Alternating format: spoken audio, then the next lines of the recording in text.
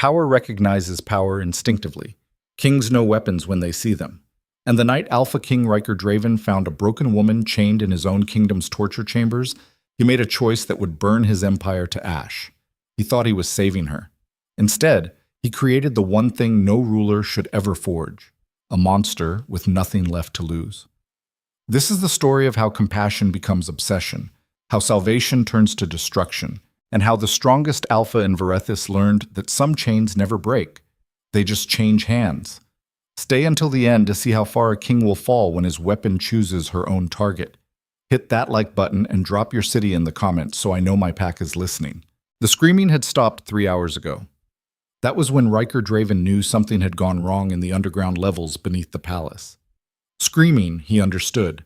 Screaming was part of the interrogation process, part of the machinery that kept the kingdom of Varethis running smoothly through calculated fear and absolute control.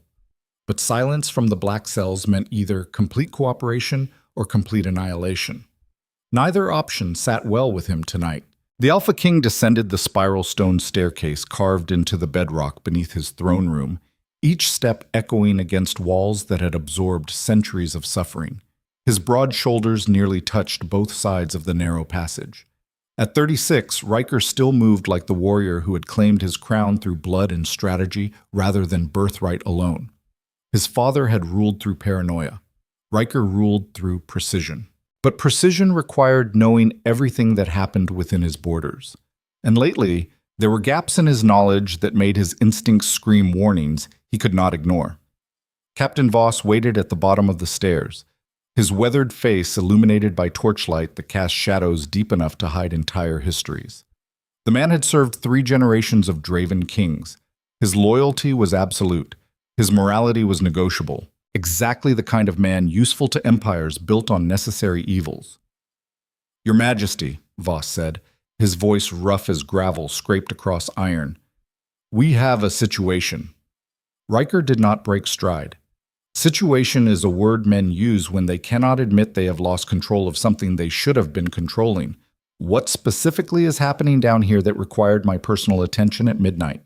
Voss fell into step beside him, their boots striking stone in matched rhythm.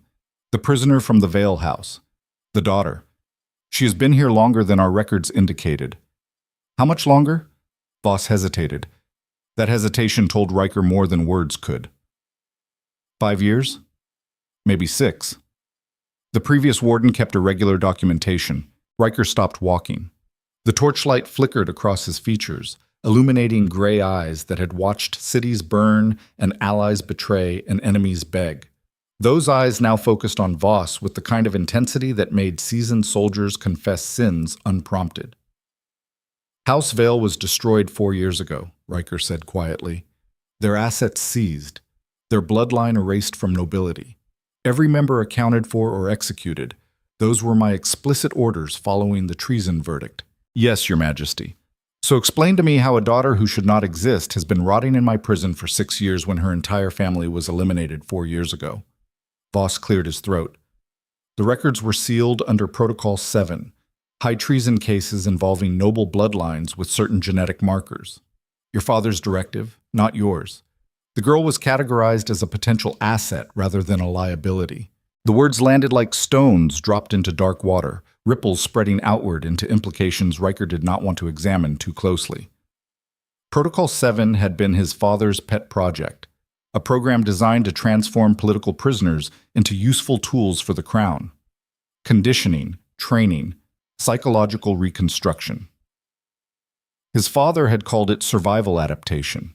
Everyone else called it state-sanctioned torture dressed in clinical language. Ryker had shut the program down within weeks of taking the throne, or so he had believed. Apparently, some machinery continued operating in darkness even after the king ordered it stopped. "Show me," Ryker said. They walked deeper into the labyrinth of cells, past doors sealed with iron and silence, past walls stained with substances Ryker chose not to identify. The air grew colder with each corridor, as if the stone itself had learned to absorb warmth and joy and hope, leaving only the necessary minimum for survival. This was the foundation upon which Varethis stood. This was the price of empire. Ryker had always known it existed. He had simply convinced himself that knowing was the same as controlling. Now he understood the arrogance of that assumption. Voss stopped before a door marked only with a faded number scratched into corroded metal. No name, no crime, no indication that a human being existed behind the barrier.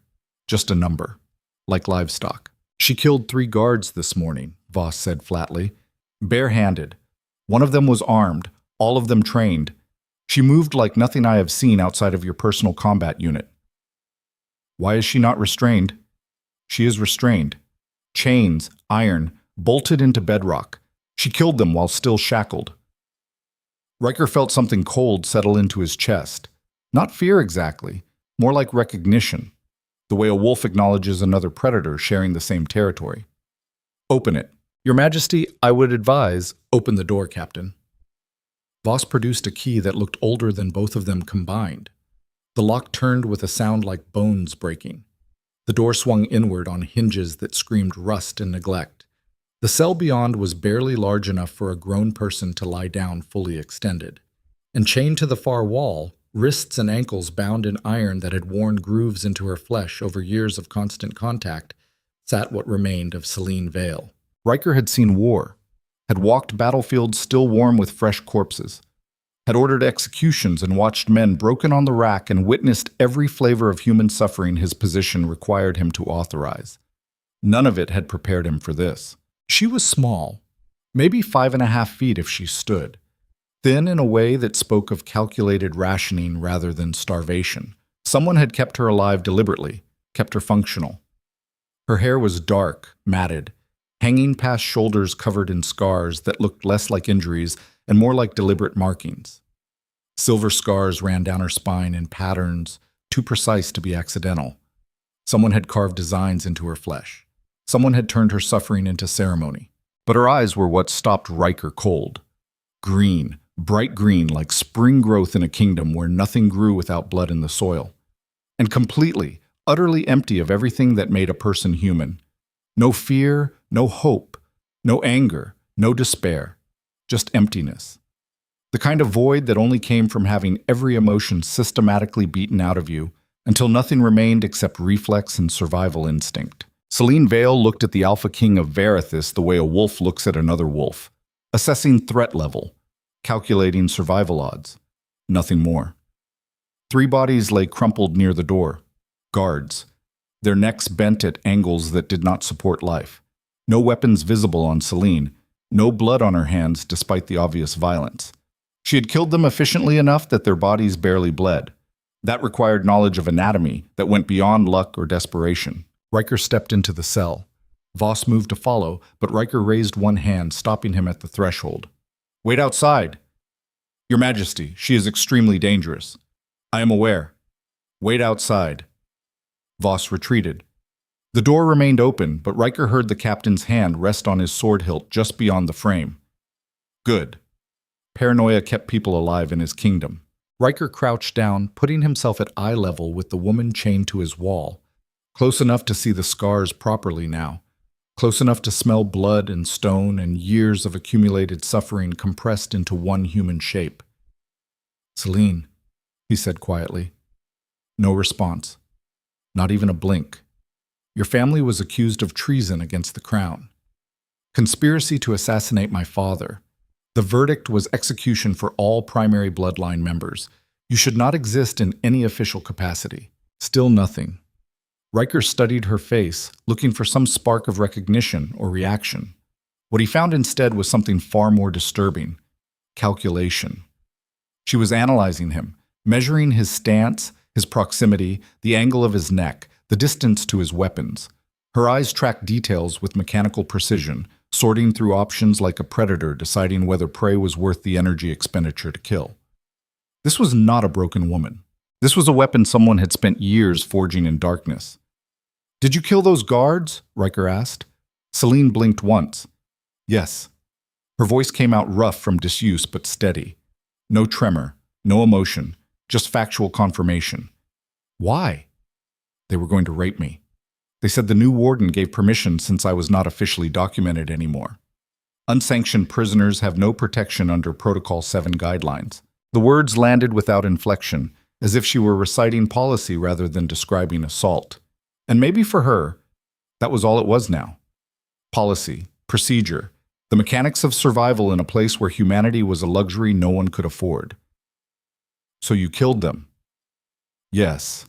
With your bare hands while chained to a wall? Yes. Ryker sat back on his heels, mind racing through implications he did not want to acknowledge. How long have you been down here? I stopped counting after 3 years. Time becomes irrelevant when there is no daylight. What did they do to you? For the first time, something flickered behind those empty green eyes. Not emotion exactly. More like a door opening briefly onto a furnace that had been burning so long the flames no longer needed fuel. They taught me how to survive, Selene said. How to kill without hesitation. How to withstand pain until it becomes white noise. How to separate myself from my body so that whatever happened to my flesh did not touch whatever remained inside. They were very thorough teachers, very patient. She tilted her head slightly, studying him with the same detached interest. You look like your father, same jaw, same eyes, but you stand differently. He moved like someone who expected obedience. You move like someone who expects betrayal. Ryker felt his pulse quicken, not from fear, from something worse. Recognition. This woman understood survival the way he understood strategy. She had been broken down and rebuilt into something functional and lethal, the same way his father had tried to break and rebuild him into a perfect heir. The difference was that Ryker had the protection of his bloodline. Selene had only the protection of her usefulness. And when usefulness ran out in places like this, people disappeared completely. Your family, Ryker said carefully. Do you remember them? I remember my mother's face, my father's voice, my brother's laugh. But those memories belong to someone else now, someone who died in this cell years ago. Who are you now? Selene's lips curved into something that might have been a smile if smiles could cut. I am what your kingdom created, a survivor. Nothing more, nothing less. Ryker stood slowly, his mind made up, even as every tactical instinct screamed warnings about the choice he was about to make. This woman was dangerous, unstable, a product of systematic brutality that had reshaped her into something the kingdom could use but never fully control. Smart rulers eliminated variables they could not predict. But Ryker had not become Alpha King by making only smart decisions. Sometimes power required risk. I'm going to have you released, he said. Move to the palace under my direct authority. You will answer to me alone. Selene's expression did not change. Why? Because you were right. You are what this kingdom created, which makes you my responsibility. I killed 3 of your guards this morning. They violated protocol and paid the price. That is not murder. That is enforcement. And if I kill more people, then you will do it under my orders, with purpose and precision, or you will face consequences that make this cell look merciful. For the first time since he had entered the cell, Selene showed genuine emotion. She laughed. It was a broken, bitter sound that echoed off stone walls designed to absorb screaming. You want to turn me into your personal weapon, she said. Your father tried the same approach. It did not end well for anyone involved. My father was a paranoid tyrant who saw threats in every shadow. I see an opportunity. What opportunity? To give you a choice. Remain here until you die forgotten in the dark. Or come with me and discover whether there is anything left inside you worth saving. The silence that followed stretched long enough that Ryker wondered if he had miscalculated. Then Selene spoke, her voice soft but carrying an edge sharp enough to cut bone. There is nothing left inside me worth saving. But I will come with you anyway. Why? Because I want to see what happens when your kingdom's weapon chooses her own target. The words should have served as warning enough to walk away. Instead, Ryker heard himself say, Fair enough. He turned to the door, calling for Voss. The captain appeared immediately, eyes widening as Ryker began issuing orders that would change everything. Release her. Full medical evaluation. Private quarters in the East Wing. No one speaks to her without my direct authorization. She does not exist in any official record. If anyone asks questions, redirect them to me personally. Your Majesty, with respect, this is not a debate, Ryker finished coldly. Carry out the orders or resign your commission. Those are your only options. Voss stared at him for 3 heartbeats, then nodded sharply and began unlocking Selene's chains. The iron fell away from wrists rubbed raw from years of constant restraint. She did not move immediately, just sat there, looking at her freed hands as if they belonged to someone else. Then she stood, slowly, carefully, like someone testing whether the ground would hold their weight after years of expecting it to collapse. She was smaller standing than Ryker had estimated, barely reached his shoulder, but the way she held herself, the coiled tension in every muscle, made her seem far more substantial than her physical size suggested. This was a person who had learned to make every inch of space count. "Follow me," Ryker said. Selene walked past him without a word, moving with a grace that contradicted the years she had spent chained in darkness. Her bare feet made no sound on the stone floor. She did not look back at the cell that had held her, did not acknowledge the dead guards she had killed, just walked forward like someone who had already decided that the past was irrelevant compared to whatever waited ahead. Ryker fell into step beside her, acutely aware that he had just made a decision that would either save his kingdom or destroy it. Probably both. They climbed the stairs in silence, leaving behind the screaming chambers and the numbered doors and the machinery of fear that kept empires running. With each step upward, Ryker felt the weight of what he had just set in motion settle onto his shoulders like armor he could not remove. He had found a weapon forged in his kingdom's darkest foundations, and instead of destroying it, he had chosen to sharpen it further. Time would tell whether that made him brilliant or catastrophically stupid, possibly both. Behind them, in the darkness of the cell that had held Selene Vale for 6 years, 3 corpses grew cold. The first casualties of a war that had not officially started yet. But wars never announced themselves politely. They just began. Equipped. The palace physician was a thin man named Corwin who had survived 3 regime changes by being competent, discreet, and wise enough to never ask questions that might get him disappeared.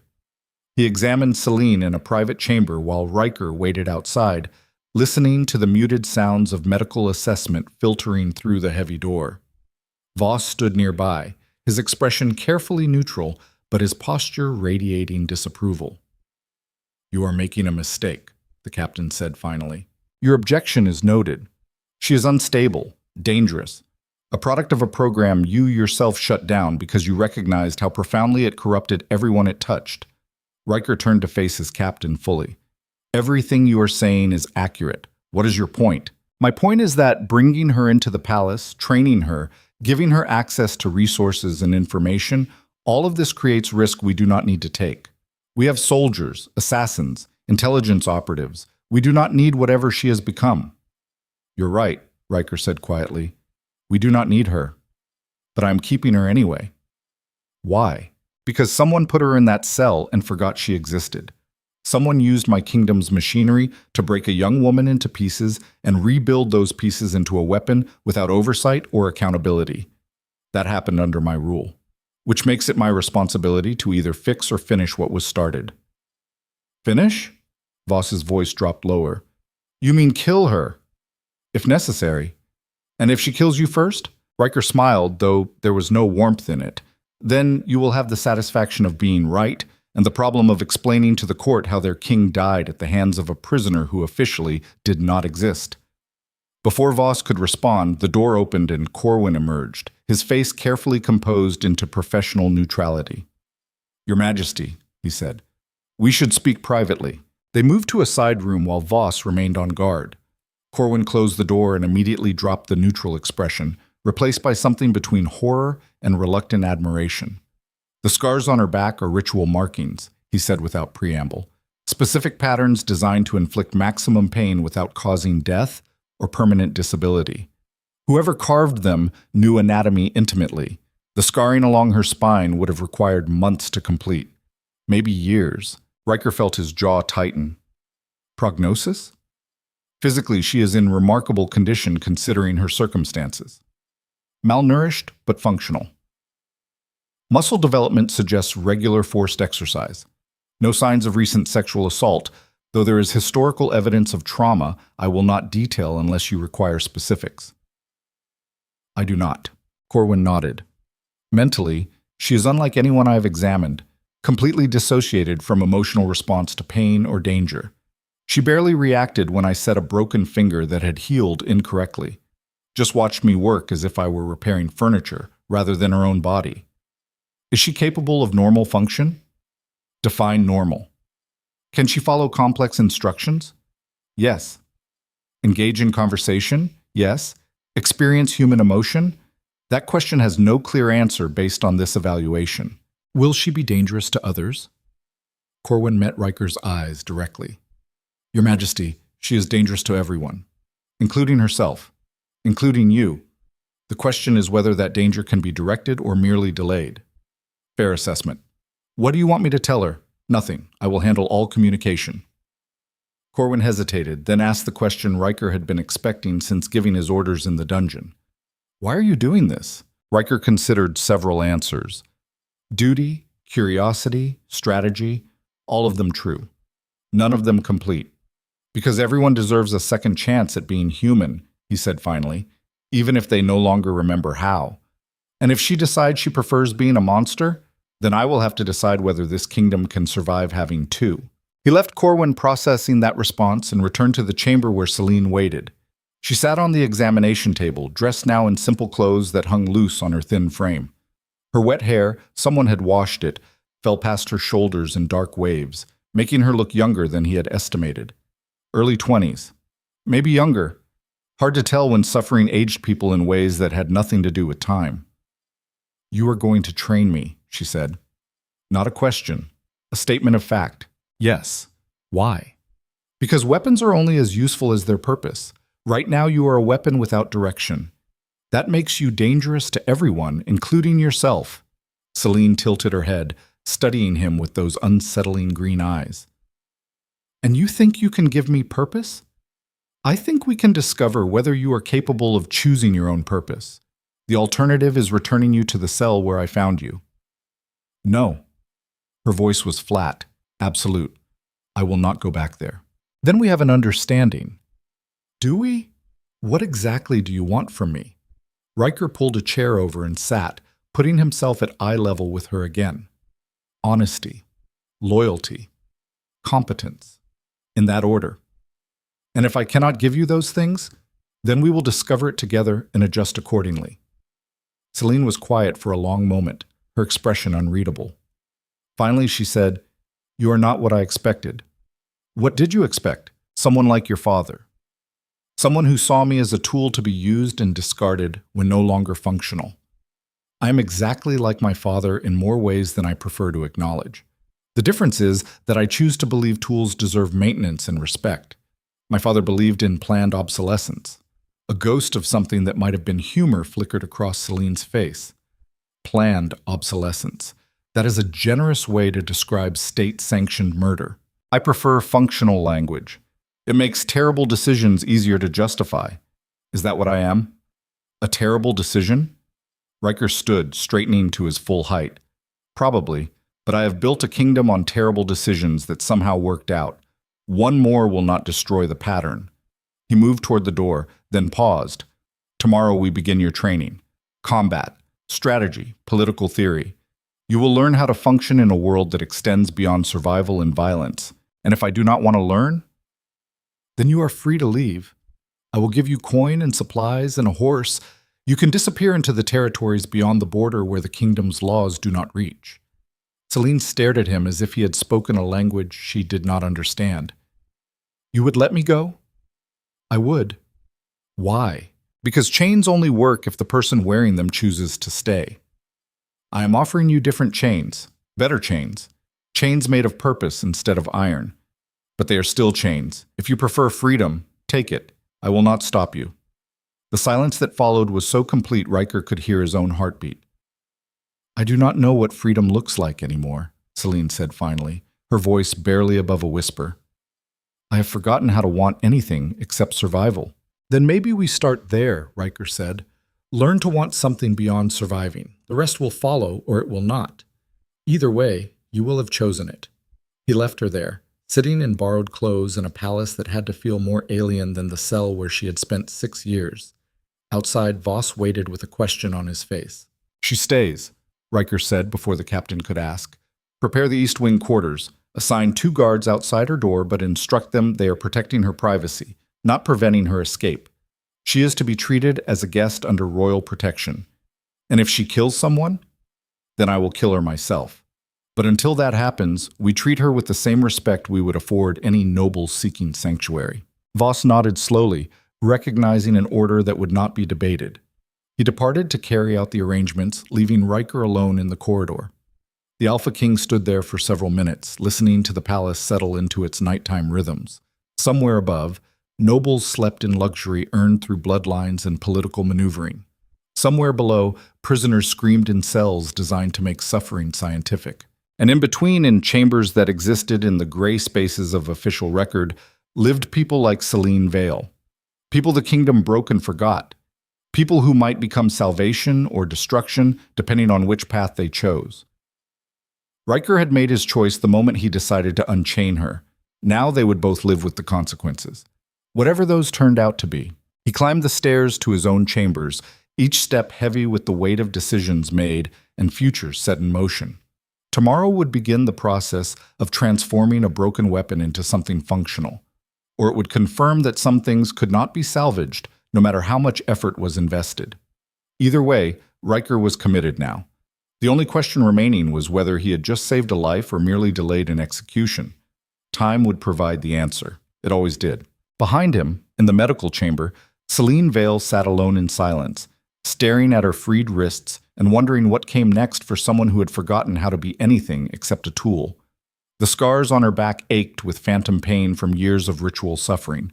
But for the first time in 6 years, she felt something other than emptiness. Curiosity about what this strange king wanted from her, about whether anything remained inside worth recovering, about what happened when a weapon decided to choose its own target instead of waiting to be aimed. The palace bells tolled midnight, a new day beginning, a new war starting. Neither of them understood yet just how completely they would destroy each other. But they would learn. Steel always recognizes steel, and some collisions create sparks that burn entire kingdoms. The eastern wing of the palace had not housed nobility in 12 years. Ryker had ordered those chambers sealed after his father's death, unable to stomach the memories embedded in marble floors and silk curtains. His father had kept mistresses there, advisors who fell from favor, people who served a purpose until they became inconvenient. Now those same rooms would hold the most dangerous person in the kingdom. The irony was not lost on him. Dawn broke cold and gray over Verithis as Ryker stood in the training yard below the palace, waiting. The space was private, surrounded by walls tall enough to prevent observation from outside. Only his most trusted guards knew this area existed. Most assumed it was a storage courtyard for supplies.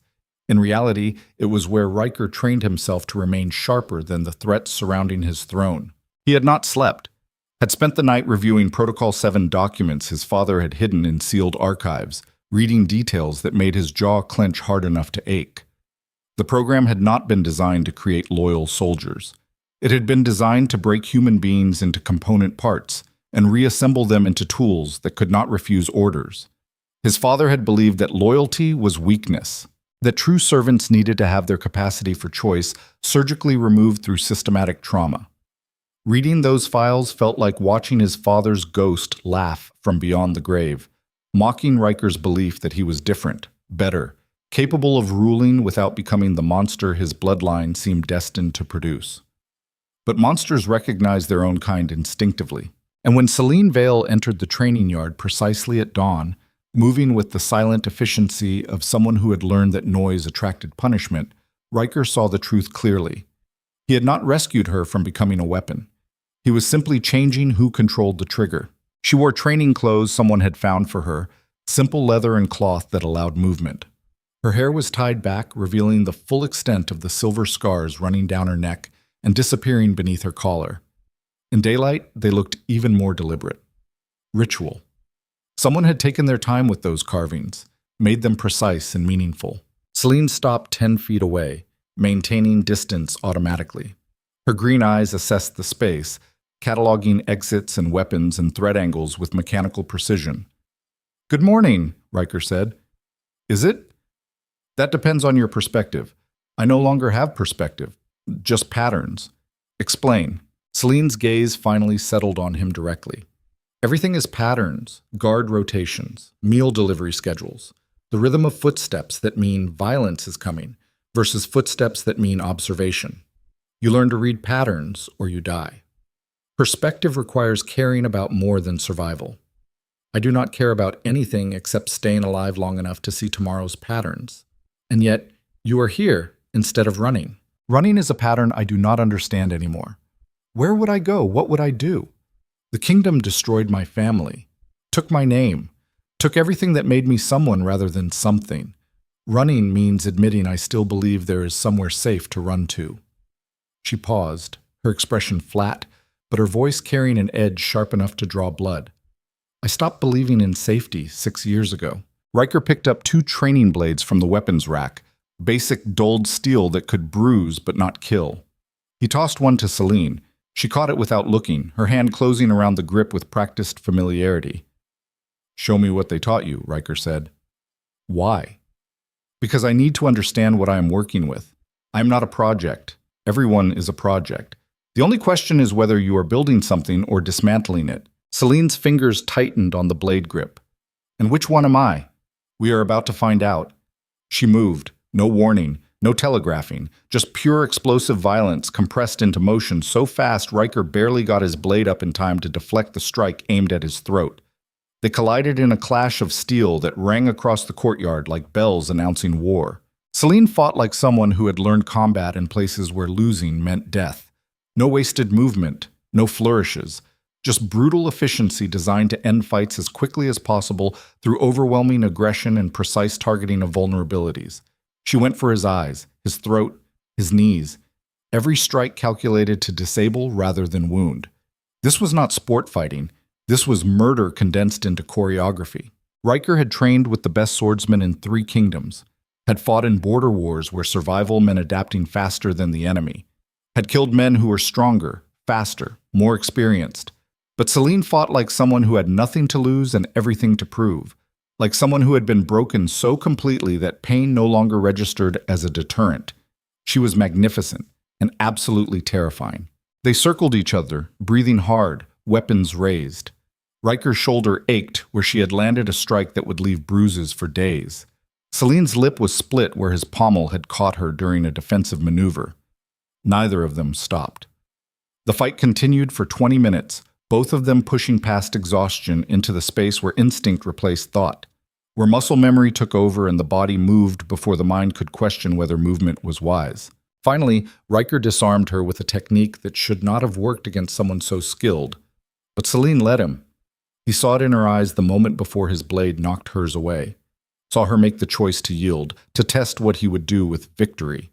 Her weapon clattered against stone. She stood there, breathing hard, waiting. Ryker lowered his blade. "Who taught you to fight like that?" he asked. "A man named Kyle, one of your father's Protocol 7 trainers. He said I had natural talent for killing, that most people hesitate before delivering fatal strikes. Conscience gets in the way. But I did not hesitate any more after the first year. He was very pleased. The words landed without emotion, just factual reporting of historical events. "Is he still alive?" Ryker asked. Ryker, "No. I killed him during my 3rd year. He made a mistake. Got too close during a training session. Assumed the chains would protect him. They did not." "Did they punish you?" Selene's smile was a broken thing that barely qualified as human expression. "They promoted me. Gave me better rations.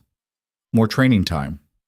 Kale's replacement said killing my instructor proved I was ready for advanced conditioning. They were proud of me." Ryker felt something cold and furious settle into his chest. Not at Selene. At the kingdom that had created her. At his father who had authorized the machinery. At himself for not burning Protocol 7 to the ground the moment he discovered it existed. "You are not what they made you," he said quietly. "Then what am I?" "That is what we are here to discover. You're wasting your time. There is nothing left to discover." They excavated everything human and filled the empty spaces with survival instinct and violence. You cannot undo that kind of renovation. The foundation is still there, but the structure built on top is permanent. Ryker picked up her fallen blade and handed it back to her. "Nothing is permanent. Everything can be rebuilt. The question is whether you want to try." "Want?" Selene took the weapon, her fingers closing around it with automatic precision. "I do not remember how to want. I only know how to comply or resist. Those are my only settings now. Then we start there. Learn to want again. Start small. Like what?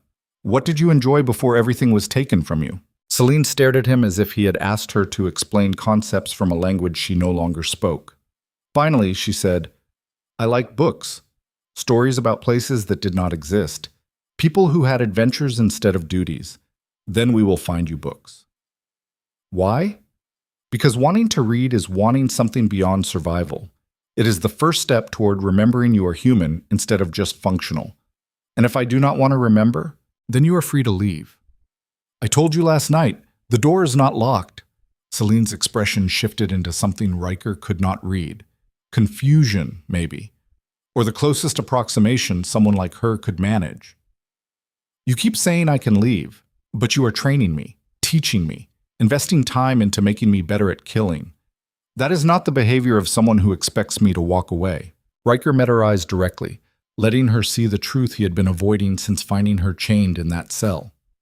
You are right, I do not expect you to leave, but I need you to choose to stay. There is a difference between a prisoner and an ally. Prisoners obey because they have no choice. Allies obey because they have decided the alternative is worse. And which one do you want me to be? Ally, partner, someone who chooses this path because it offers something worth having instead of just another cage with prettier bars. What does it offer? Purpose, direction, the chance to use everything they taught you toward goals you choose instead of goals imposed on you. Selene was quiet for a long moment, her green eyes searching his face for deception or manipulation. Whatever she found there seemed to satisfy some internal calculation. 1 month, she said. I will give you 1 month to prove this is different from the cell. If it feels the same, I leave and you do not stop me. Agreed. And if I kill someone during that month? Ryker smiled, though there was no warmth in it.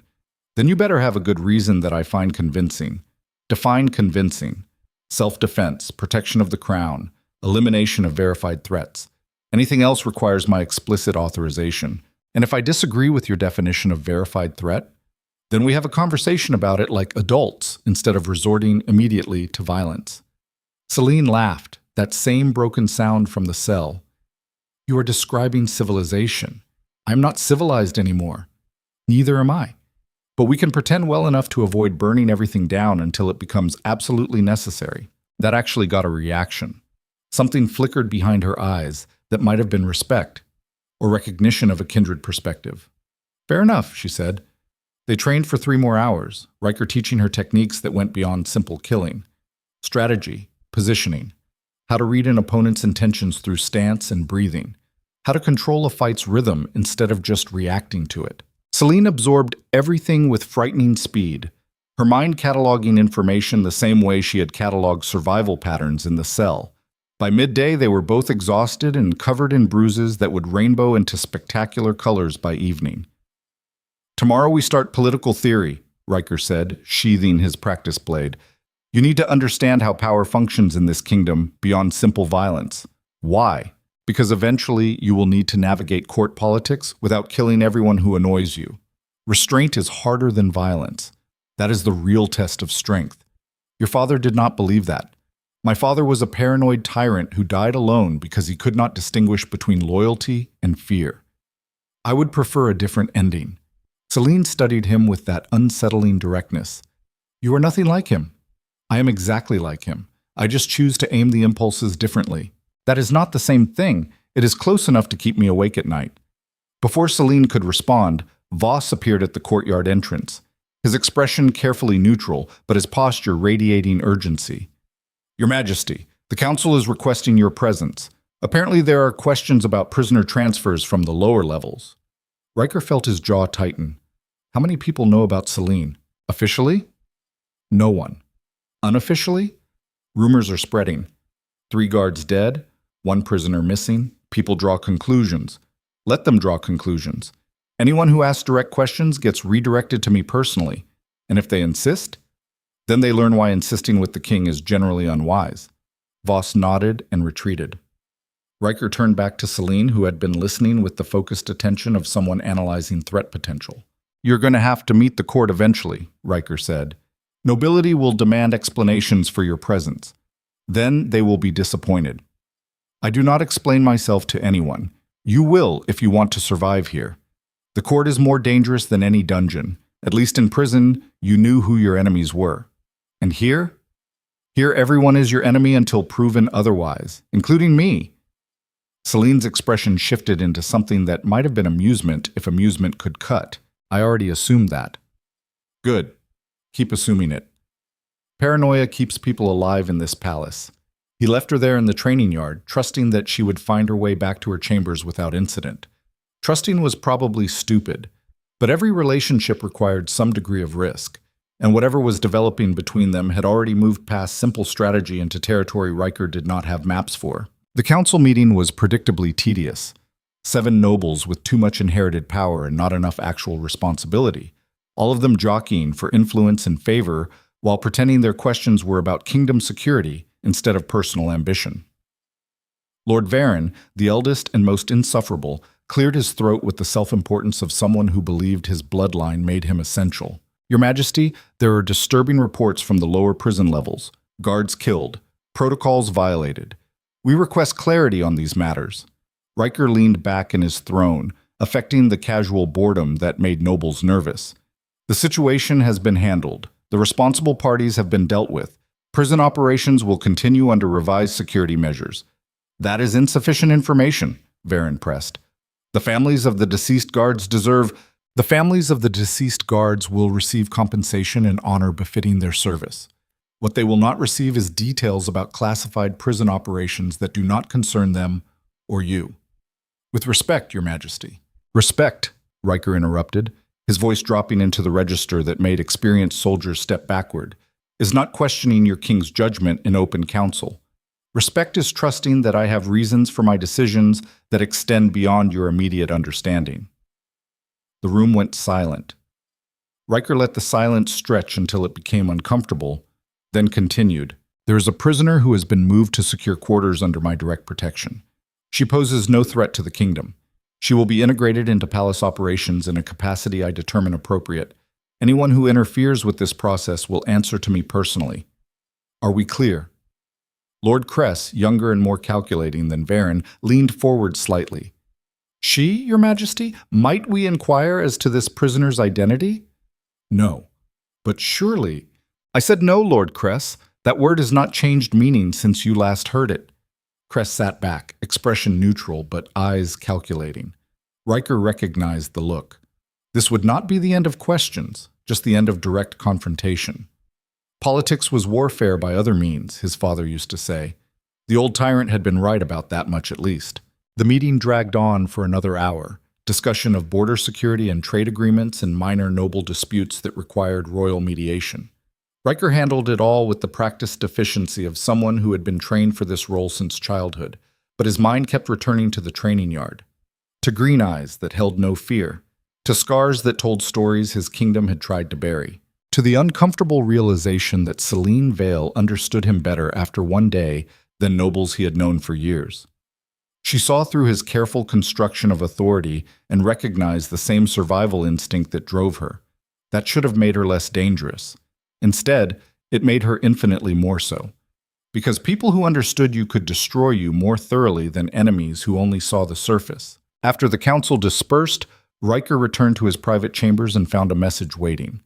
Simple parchment sealed with wax that bore no identifying mark. He opened it carefully.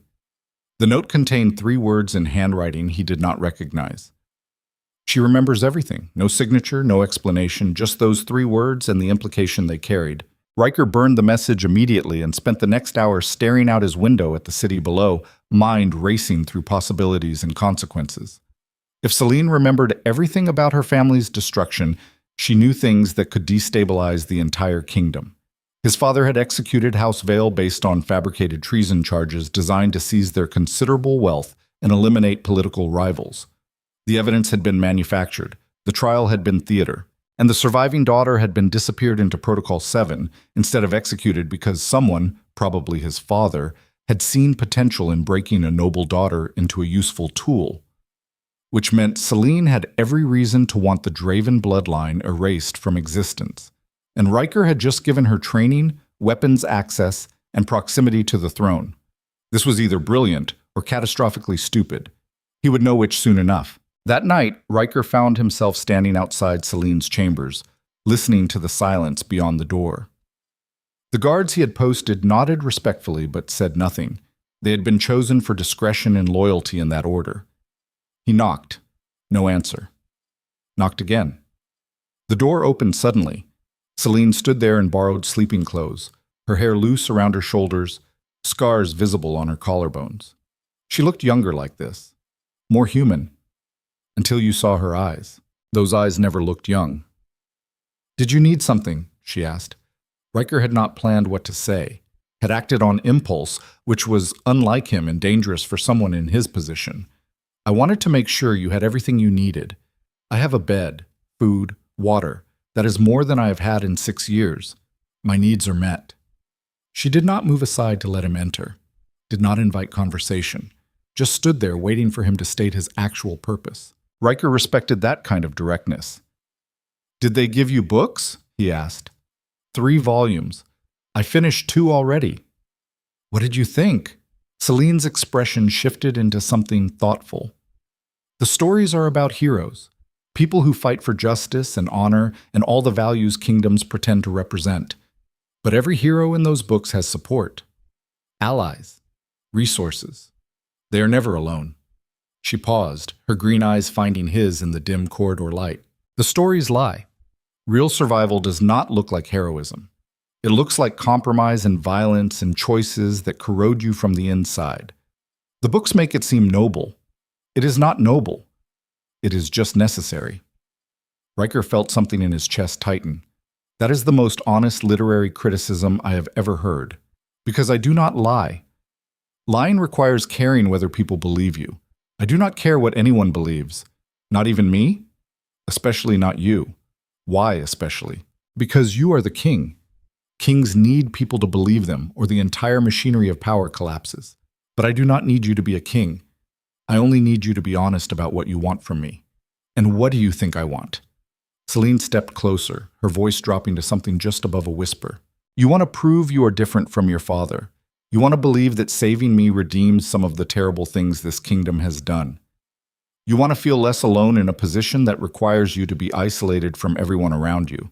She paused, her eyes searching his face with clinical precision. "And you want to own me, not like property, like a weapon you can control, because kings need weapons they trust, and you have been betrayed enough times to know that loyalty is always temporary." The accuracy of her analysis hit like a physical blow. Riker forced himself to meet her gaze directly. "You are not entirely wrong. I am not wrong at all. I am just stating what you are afraid to admit. And that does not bother you?" Selene's smile was sharp enough to draw blood. "Why would it bother me?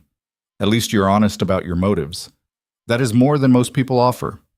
"What are your motives?" "Survival. Same as always. But now survival includes learning whether I can be something beyond a weapon. You offer that possibility. I am curious enough to explore it, and if you decide the answer is no, then I leave. Or I destroy you. Whichever option seems more satisfying." She said it casually, the way someone might discuss dinner preferences. Riker should have been alarmed. Instead, he found himself almost smiling. "You are terrifyingly honest. Dishonesty requires energy I do not have. Everything I am goes towards staying alive and functional. There's nothing left for pretense." They stood there in the doorway, 2 people who understood each other in ways that were probably unhealthy and definitely dangerous. "Get some sleep," Riker said finally. "Tomorrow is going to be challenging. Every day is challenging." "Fair point." He turned to leave, then paused. "Selene?" "Yes?" "Thank you for your honesty. It is rare in this place. Honesty is the only currency I have left. Everything else was taken." Riker walked back to his chambers, mind churning through implications and possibilities. Selene Vale was dangerous, unstable, a product of systematic brutality that had reshaped her into something barely human. She was also the most genuine person he had encountered in years. Everyone else wore masks, played roles, hid their true intentions behind political necessity and social convention. Selene just existed, blunt and broken and brutally honest about what she had become. And Riker was becoming dangerously attracted to that honesty. Not physical attraction, though that existed too if he was being truthful with himself. More like gravitational pull. the way broken things recognized each other and either repelled or collided. He suspected they were heading toward collision. The only question was whether they would destroy each other or destroy everything around them instead. Possibly both. Probably both. Sleep did not come easily that night. Ryker lay awake thinking about silver scars and green eyes and the uncomfortable realization that he was no longer certain whether he was helping Selene or using her. Maybe there was no difference. Maybe all relationships were transactions dressed in prettier language. Maybe his father had been right all along about the nature of power and loyalty and the impossibility of ruling without becoming the monster the position required. That thought should have disturbed him more than it did. Instead, it felt like acceptance, like finally admitting a truth he had been avoiding since the crown settled onto his head. Elsewhere in the palace, Selene sat by her window watching the city lights flicker in the darkness beyond palace walls. She had not lied to Ryker. She did not remember how to lie anymore. But she had not told him everything either. Because remembering everything meant remembering the night soldiers came for her family, meant remembering her father's face as they dragged him away, her mother's screams, her brother's futile resistance, meant remembering the officer who had supervised the arrests, a young lieutenant with gray eyes and his father's jawline, following orders because that was what loyalty required. Ryker Draven had been there the night House Vale fell. He probably did not remember her. She had been 15, insignificant, just another face in a noble family being erased for political convenience. But she remembered him. And someday soon she would need to decide whether that memory mattered more than survival, whether revenge was worth throwing away the strange mercy this king was offering. The answer should have been obvious. But nothing was obvious anymore when you had been broken and rebuilt so many times the original blueprint was lost. Selene touched the scars on her collarbone, feeling the raised tissue that marked years of systematic suffering. Weapons did not forgive. They only waited for the right moment to fire. And the Alpha King had just given his weapon proximity, training, and trust. Time would tell whether that made him brilliant or the stupidest man in Verethis. She suspected both. Outside, storm clouds gathered over the capital, promising rain before morning. Inside the palace, two people who should never have met were beginning a dance that would either save the kingdom or burn it to ash. Neither of them knew which outcome they preferred, but they would discover it together. One terrible decision at a time. 3 weeks passed like water through clenched fists. Ryker had always believed time was something kings controlled through decree and schedule and the careful management of events. Now he understood how profoundly arrogant that assumption had been. Time controlled itself. Kings just pretended otherwise, while the hours stripped away their illusions one breath at a time. Selene had become a fixture in the palace rhythms. Not comfortable exactly, more like a blade someone had left balanced on a table edge. Everyone knew it was there. Everyone walked carefully around it. No one wanted to be the person who made it fall. She trained with Ryker every morning, their sessions evolving from basic combat into something closer to warfare philosophy. He taught her how empires functioned, how power moved through systems like water finding cracks in stone, how violence was only useful when applied with surgical precision rather than blind rage. She absorbed everything with the focused intensity of someone cataloging information for future use, and slowly, incrementally, something shifted between them. Not trust exactly. Trust required vulnerability neither of them could afford, more like recognition. The way two wolves from different packs acknowledged each other's territory without immediate aggression. They began talking during their sessions. Real conversation beyond instruction and response. Ryker found himself explaining decisions he had made as king, choices that kept him awake at night because every option had been terrible and he had simply chosen the least destructive path available. Selene listened without judgment, never offered reassurance or condemnation. Just processed the information and occasionally offered perspectives that cut through political complexity to expose the raw mechanics underneath. "You are describing survival," she said one morning after he had explained a decision to execute 3 nobles caught conspiring against the throne. "You made them examples because examples create deterrence. Deterrence creates stability. Stability allows the majority to survive even if individuals suffer. That is empire mathematics. Brutal but functional. It does not feel functional when you sign execution orders. Feelings are irrelevant to mathematics. Numbers do not care about guilt." "Do you care about guilt?" Selene paused mid-strike, her practice blade hovering between them. I used to. Before they taught me that guilt was just fear wearing a moral costume. Now I understand that survival requires actions civilized people find horrifying. The question is not whether you feel guilty. The question is whether you can function despite the guilt. Ryker lowered his weapon, studying her in the early morning light. You sound like my father. I sound like someone who understands what it costs to maintain power over people who would destroy you the moment you showed weakness. That does not make it right.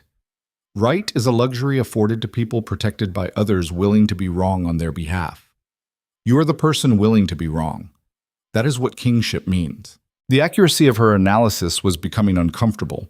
Ryker had spent years building careful justifications for his decisions, constructing moral frameworks that allowed him to sleep at night despite the blood required to maintain his throne. Selene dismantled those frameworks with casual precision, exposing them as sophisticated self-deception. She was right, of course, which made her dangerous in ways that had nothing to do with her combat skills. People who understood your rationalizations could unravel them. And kings whose rationalizations unraveled became tyrants or corpses depending on how quickly they adapted. Elsewhere in the palace, the court had begun noticing changes in their king. Lord Varen mentioned it during a private gathering of senior nobles. His voice pitched low enough to avoid casual eavesdropping, but loud enough to ensure his peers heard clearly. The king has become distracted, unpredictable. He spends hours in the training yards with a prisoner whose existence he refuses to acknowledge. This behavior is concerning. Lady Marin, whose family controlled the kingdom's largest grain supplies, and therefore wielded influence disproportionate to her actual title, nodded agreement. My sources suggest the prisoner is female, young, a survivor of Protocol 7. We all know what that program created. Weapons without conscience, tools designed to follow orders without question. Then why keep her in the palace? Lord Cress asked. If she is simply a weapon, she belongs in military deployment or elimination. Keeping her here suggests personal investment.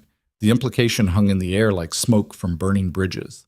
Kings who developed personal investments in weapons eventually got cut by those same blades. History proved this pattern repeatedly. Attachments created vulnerabilities. Vulnerabilities created opportunities for rivals. And the Verithus nobility had been waiting years for Ryker to show weakness significant enough to exploit. We should investigate, Varen said carefully, discreetly. Understand exactly what the king is building in those training yards. And if we discover something actionable, then we present our findings to the full council and request clarification. Force him to explain himself publicly. Kings can ignore private questions. Public accountability is harder to dismiss. They dispersed with the satisfied efficiency of conspirators who believed their plotting was justified by concern for the kingdom rather than personal ambition. This was how empires began their collapse, not through dramatic revolution or foreign invasion, through small gatherings of important people convincing themselves that questioning authority was patriotic duty rather than prelude to treason. Ryker knew about the meetings, of course. Voss reported everything, his loyalty to the crown absolute enough that he spied on nobility without moral conflict. The captain presented his findings during their weekly security briefings with the clinical detachment of someone describing weather patterns. Varen is organizing opposition, Voss said. Nothing overt yet. Just consensus building. They want to force you to justify Selene's presence through formal council inquiry. Let them try. Your Majesty, with respect, formal inquiry puts you in a difficult position. You would need to either reveal Protocol 7's continuation after you ordered it shut down, or fabricate an explanation that contradicts documented evidence. Neither option strengthens your position. Ryker leaned back in his chair, mind working through contingencies and consequences. What do you recommend? Eliminate the problem before it becomes a crisis. Release the woman. Send her away with resources and protection. Remove the source of noble concern. No. The flatness of his response made Voss pause. Your Majesty, I said no. Selene stays. Let the nobles ask their questions. I will answer them when and how I choose. And if they push harder, then they learn why pushing a king is generally unwise. Voss studied him with the careful attention of someone who had served the Draven family long enough to recognize patterns. You are protecting her. I am protecting my investment.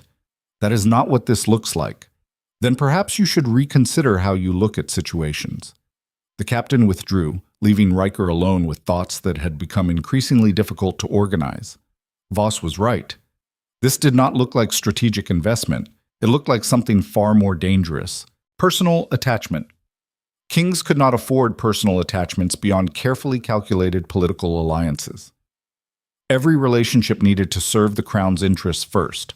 Allowing sentiment to influence decisions created weaknesses that rivals exploited ruthlessly. But Selene had become something Ryker could not categorize cleanly. Not weapon, not ally, not prisoner, not subject. Something undefined that existed in the spaces between official designations. And undefined things were dangerous precisely because they could not be controlled through normal channels. That night, Ryker found himself outside Selene's chambers again, a pattern that was becoming habit despite his better judgment. He knocked. She opened the door immediately, as if she had been expecting him. Her hair was loose, still damp from bathing. She wore simple sleeping clothes that revealed the full extent of scarring across her collarbones and shoulders. In candlelight, the silver marks looked almost decorative, until you remembered how they had been created. "Come in," she said. It was the first time she had invited him inside. Ryker entered cautiously, aware that crossing this threshold meant something neither of them had acknowledged directly. The room was sparse despite the luxury available to her. She had requested minimal furnishings, just a bed, a desk, and shelves now filled with books Ryker had sent from the Royal Library. "You have been reading," he observed. "There's not much else to do when you exist outside official records. I cannot exactly attend court functions or socialize with nobility." "Would you want to?" Selene's laugh was sharp as broken glass, watching people pretend to be civilized while plotting each other's destruction. "I lived that reality in the dungeons.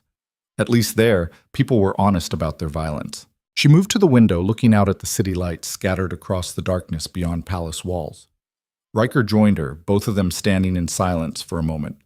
"The nobles are asking questions," Ryker said finally. "About you. About why you're here. Let them ask. They want formal inquiry. Public explanation. Then give them one. Tell them I am your personal assassin, your contingency plan. Your weapon kept sharp in case enemies get too close. Is that what you are?" Selene turned to face him directly, green eyes reflecting candlelight in ways that made her look almost human. "I am whatever you need me to be. That is what weapons do. We adapt to purpose. You are not a weapon. Then what am I?" The question hung between them, demanding an answer Ryker did not have, because the truth was complicated and messy and thoroughly inappropriate for a king to feel towards someone he had found chained in his dungeons. "You are someone trying to remember how to be human again," he said finally, "and I am trying to help you remember." "Why?" "Because nobody helped me when I needed it." The honesty of that admission surprised him. Ryker had spent years carefully controlling what he revealed to others, building walls between his private thoughts and public persona. But Selene had a way of pulling truth out of him like poison from wounds.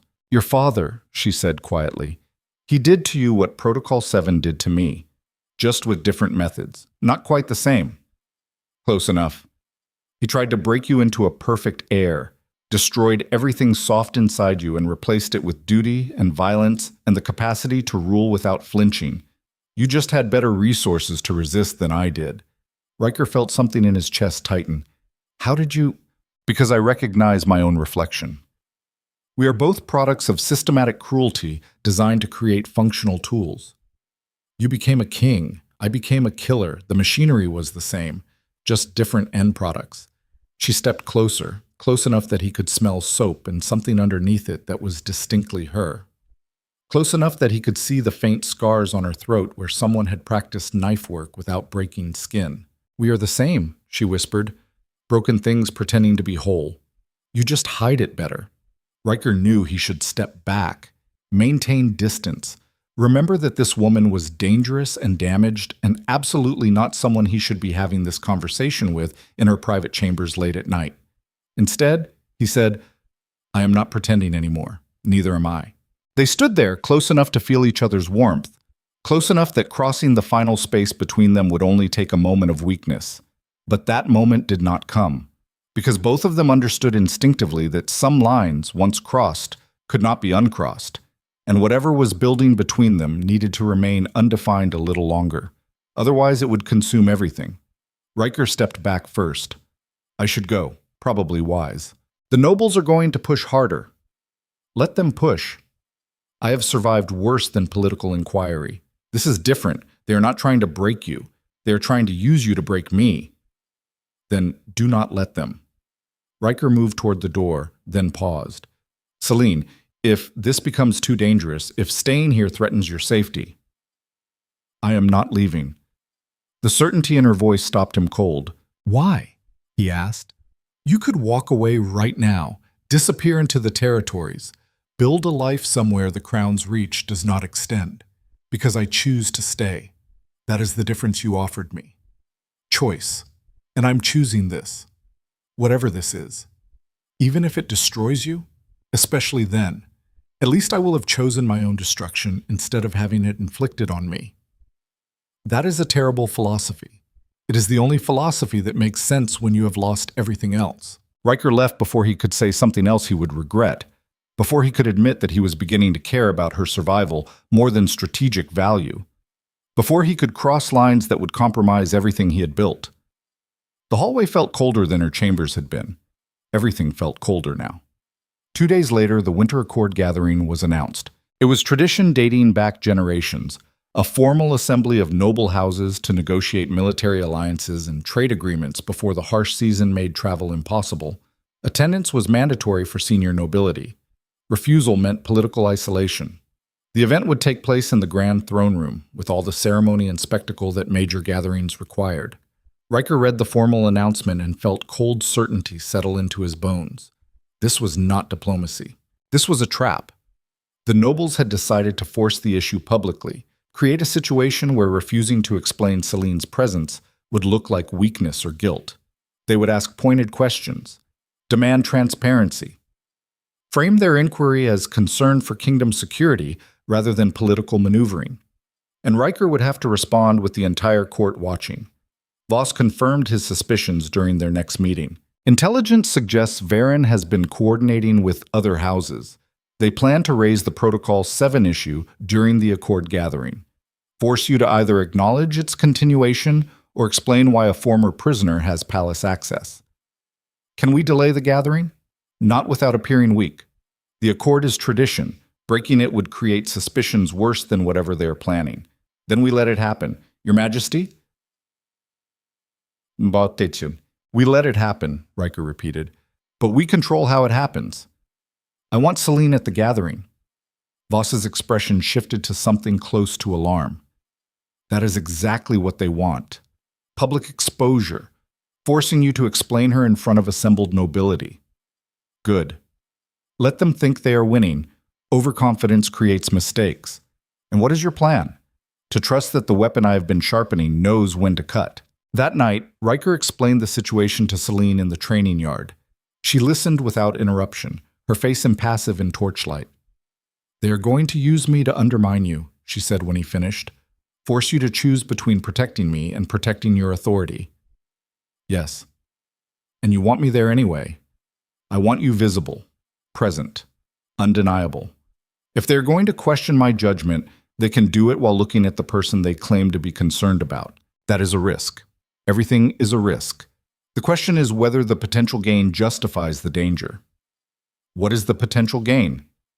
Showing the court that I make decisions based on information they do not have. That questioning those decisions is questioning my competence as king.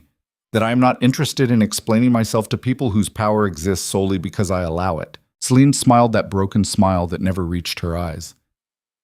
You're going to use me as a demonstration of authority. Essentially, and if something goes wrong, then we handle it together. We. The word landed between them with weight neither had acknowledged before. This was no longer king and weapon. This was partnership, alliance. Something that existed outside traditional power structures. Something dangerous. I will need appropriate clothing, Selene said. I assume dungeon rags are not suitable for formal gatherings. I will have something prepared. Ryker turned to leave, but Selene's voice stopped him. Why are you doing this? He looked back. Because they need to understand that you are not a mistake I am correcting. You are a choice I am making deliberately. That is not an answer. Yes, it is. You're just uncomfortable with what it implies. They held eye contact for 3 heartbeats. Then Selene nodded once. Fair enough. The winter accord gathering arrived with the cold certainty of storms building on horizons. The throne room had been transformed into a ceremonial space that spoke of power and tradition and the careful maintenance of social hierarchies. Banners from 27 noble houses hung from vaulted ceilings. Long tables groaned under displays of food meant to demonstrate wealth and hospitality. Musicians played background compositions designed to fill silence without demanding attention. And at the center of everything, elevated on a dais that reminded everyone present where true authority resided, sat the Alpha King of Varethus.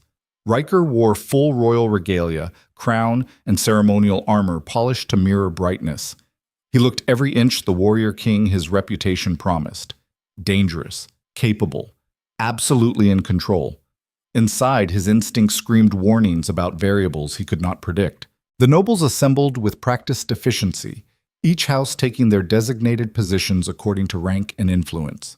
Varen stood near the front, his expression carefully neutral, but his eyes carrying the satisfaction of someone whose plan was unfolding exactly as anticipated.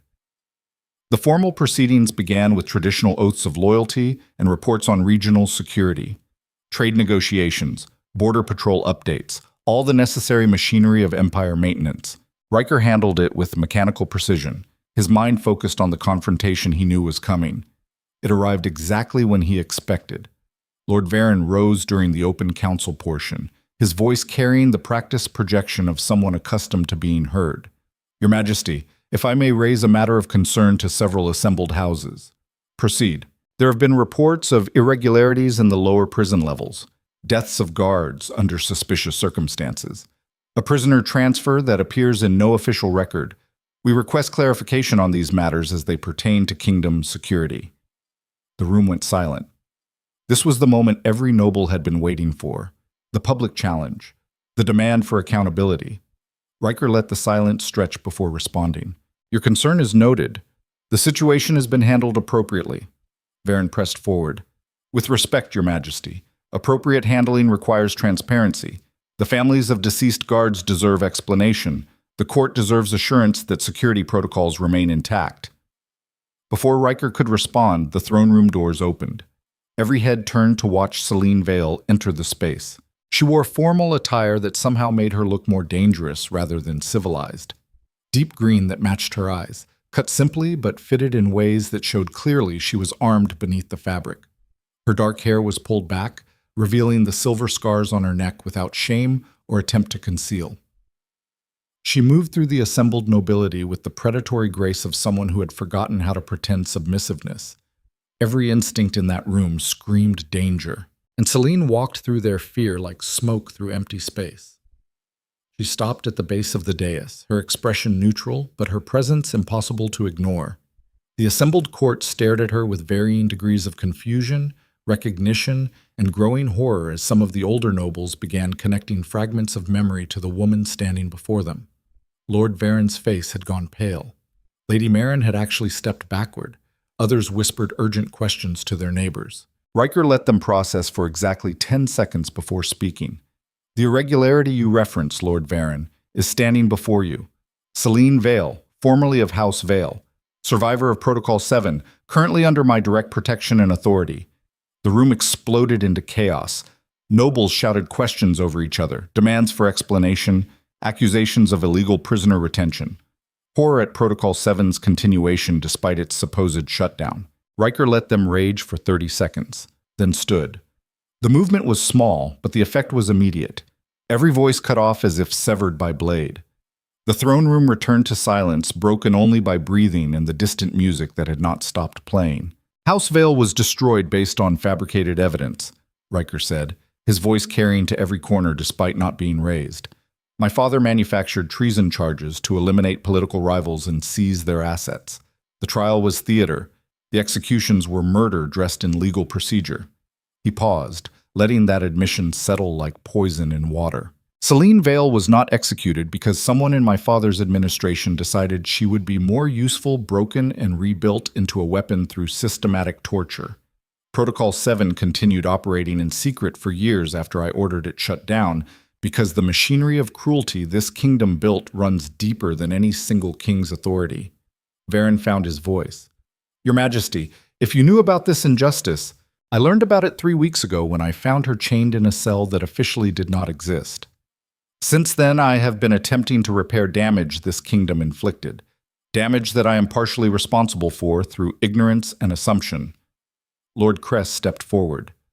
So you released a prisoner trained as an assassin and brought her into the palace? That is your solution? No. My solution is acknowledging that we created this situation through systematic brutality and owning the consequences instead of burying them in unmarked graves. And the deaths of the guards? Self-defense against attempted rape. The guards violated protocols and paid appropriate price. If you have concerns about that judgment, I invite you to challenge it directly.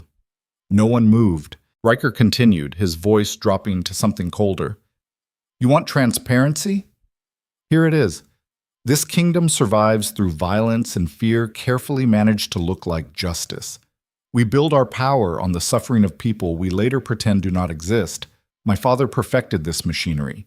I inherited it, and I am done pretending it is anything other than what it is. He gestured towards Selene.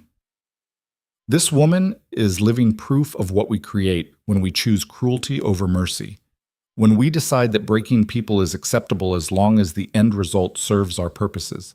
If her presence here makes you uncomfortable, good. You should be uncomfortable.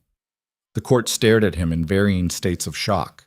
Kings did not admit fault, did not acknowledge systemic corruption, did not air the kingdom's ugliest secrets in public assembly. But Ryker was done playing the game by rules designed to protect corruption. Selene, he said, tell them what Protocol 7 does. She turned to face the assembled nobility, her green eyes scanning faces with clinical precision. They isolate you completely. Remove every human connection until you forget what it feels like to be treated as a person instead of a project. Then they break you systematically, pain calibrated to destroy resistance without causing death. Psychological conditioning that replaces your identity with compliance. Her voice remained flat, factual, as if describing agricultural processes rather than systematic torture. They teach you to kill without hesitation by making hesitation more painful than murder. They reshape your survival instinct until serving them is the only way to stay alive. And when you are finally broken enough, when there is nothing left of who you were, they use you until you stop being useful. Then they dispose of you. She paused, her expression shifting into something that might have been a smile if smiles could cut. I was lucky. The king found me before I became disposable. The silence that followed was absolute. Lady Merrin was crying silently. Lord Cress had gone pale as parchment. Even Varen looked shaken despite his careful political composure. This is what we do, Ryker said quietly. This is what maintaining power requires in Verithis. Fear and violence and suffering compressed into systems we do not examine too closely, because examining them would require admitting what we have become. He looked directly at Varen. You wanted transparency. You wanted to understand my decisions. Now you understand. I choose to repair this damage rather than perpetuate it. If that makes me weak in your eyes, challenge me directly and we will discover whether I am weak enough for you to replace. No one spoke. No one moved. The demonstration of authority was complete, but something had shifted in the room beyond simple political maneuvering. Ryker had just admitted the kingdom's ugliest truth in front of assembled nobility, had weaponized transparency against the very people who demanded it, and Selene had stood there as living evidence of what the kingdom created when it chose cruelty. The gathering continued, but the energy had changed. Nobles spoke in subdued tones, avoided eye contact with Selene, treated Ryker with the careful deference people showed to predators who had just reminded everyone exactly how dangerous they were. It should have felt like victory. Instead, it felt like standing on the edge of a cliff, waiting to discover whether the ground beneath would hold or collapse. Hours later, after the nobles had departed and the throne room had been cleared, Ryker found Selene in the training yard. She was practicing forms in darkness, her movements precise and lethal even without targets. That was effective, she said without stopping. You used me exactly as intended, demonstration of authority through controlled revelation. Did it bother you? Being displayed like a trophy, or being forced to explain my trauma to people who created it? Both. Selene finally stopped moving, turning to face him. No. Because it served a purpose. Purpose makes pain bearable. Ryker moved closer. I'm sorry I put you in that position. Do not apologize. You gave me what I needed. What did you need? To watch them understand what they did. To see their horror and discomfort and guilt. To know that my suffering finally meant something beyond their convenience. Her eyes reflected moonlight in ways that made her look almost human. You gave me that. Thank you. Before Ryker could respond, Voss appeared at the courtyard entrance, his expression urgent. Your Majesty, we have a situation. One of the nobles from tonight's gathering, Lord Varen. He was found dead in his chambers, poisoned. The words hit like stones dropped into dark water. Ryker's mind raced through possibilities. Suicide, political assassination, message sent by rivals, or something far more dangerous. He looked at Selene. Where were you between the gathering's end and now? Here. Training. Can anyone verify that? No. I train alone. Understanding dawned cold and terrible. Someone had used tonight's gathering to create opportunity, had poisoned Varen and made it look like Selene's doing. The timing was too perfect, the victim too convenient. This was not random. This was war. And someone had just fired the opening shot designed to destroy everything Ryker had built. They are going to blame me, Selene said quietly. The dangerous prisoner with assassination training.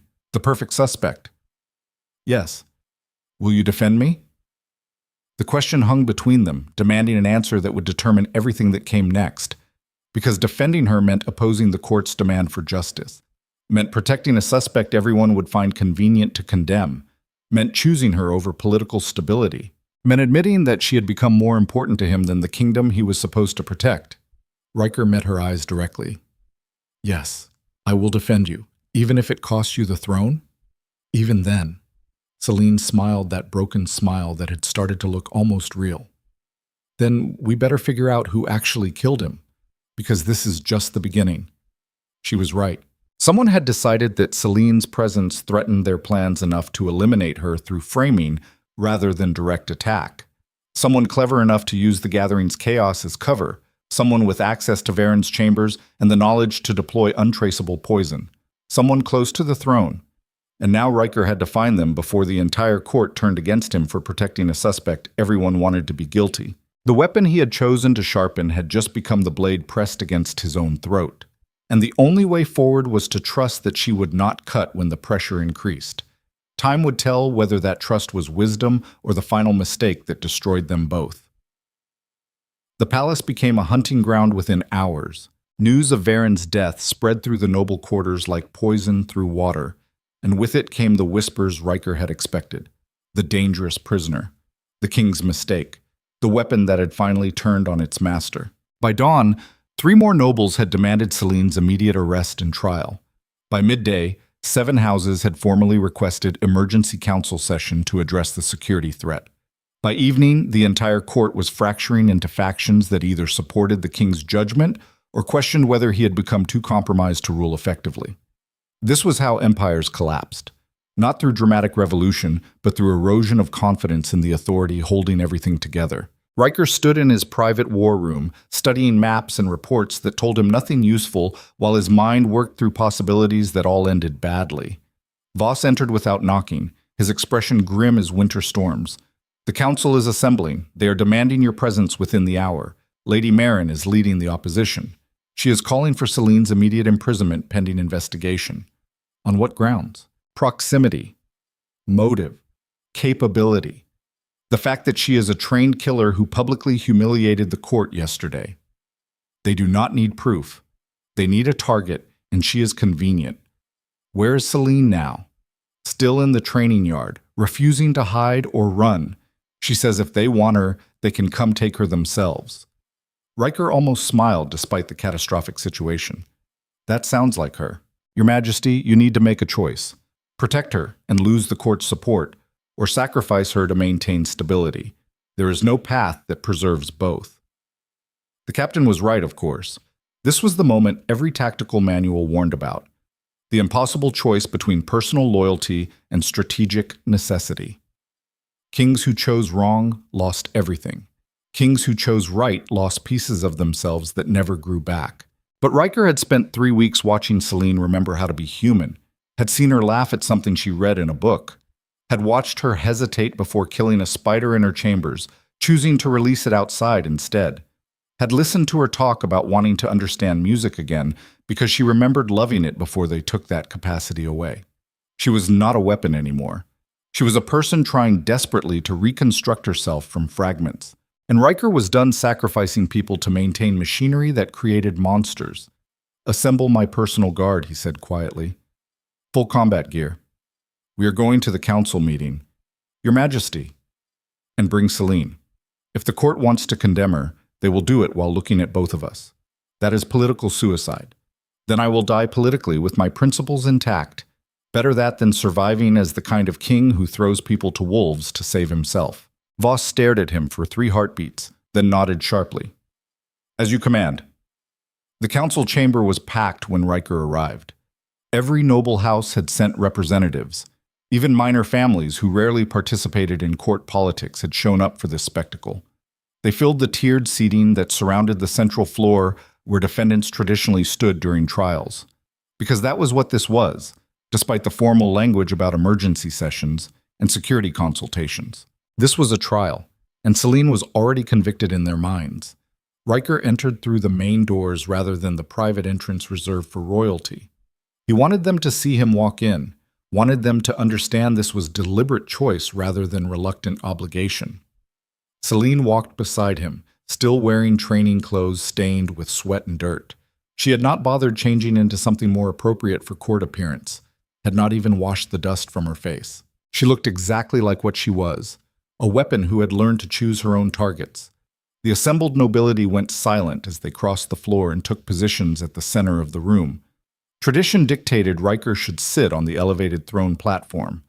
Instead, he stood beside Selene on the defendant's floor. That single choice spoke volumes about where his loyalty resided. Lady Merrin rose from her seat, her expression carefully composed into concern rather than accusation.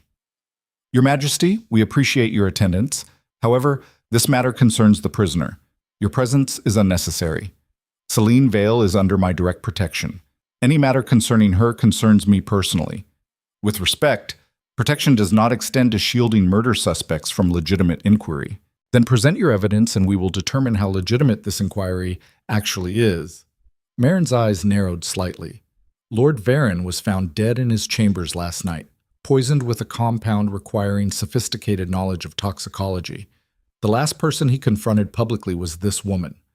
The person with both motive and capability to kill him is standing before us. "Motive is not evidence," Ryker said coldly. "Capability is not proof. If we arrested everyone capable of murder, this room would be empty. But we are not discussing everyone.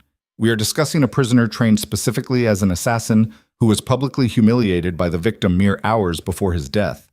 Lord Crest stood, adding his voice to the prosecution. "Furthermore, she has no alibi. Claims to have been alone in the training yard, convenient and unverifiable." Ryker let them build their case, watching the room's energy shift as nobles convinced themselves this was justice rather than political maneuvering.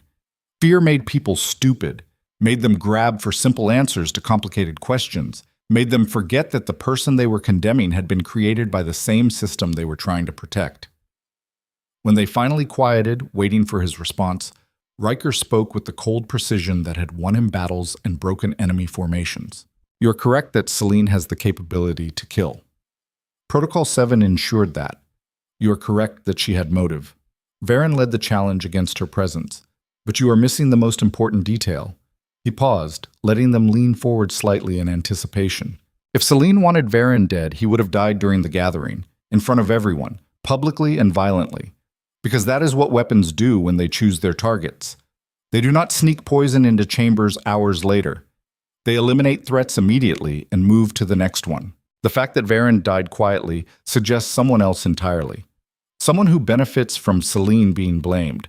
Someone who wants to destabilize my authority by forcing me to either abandon her or defend her against the court.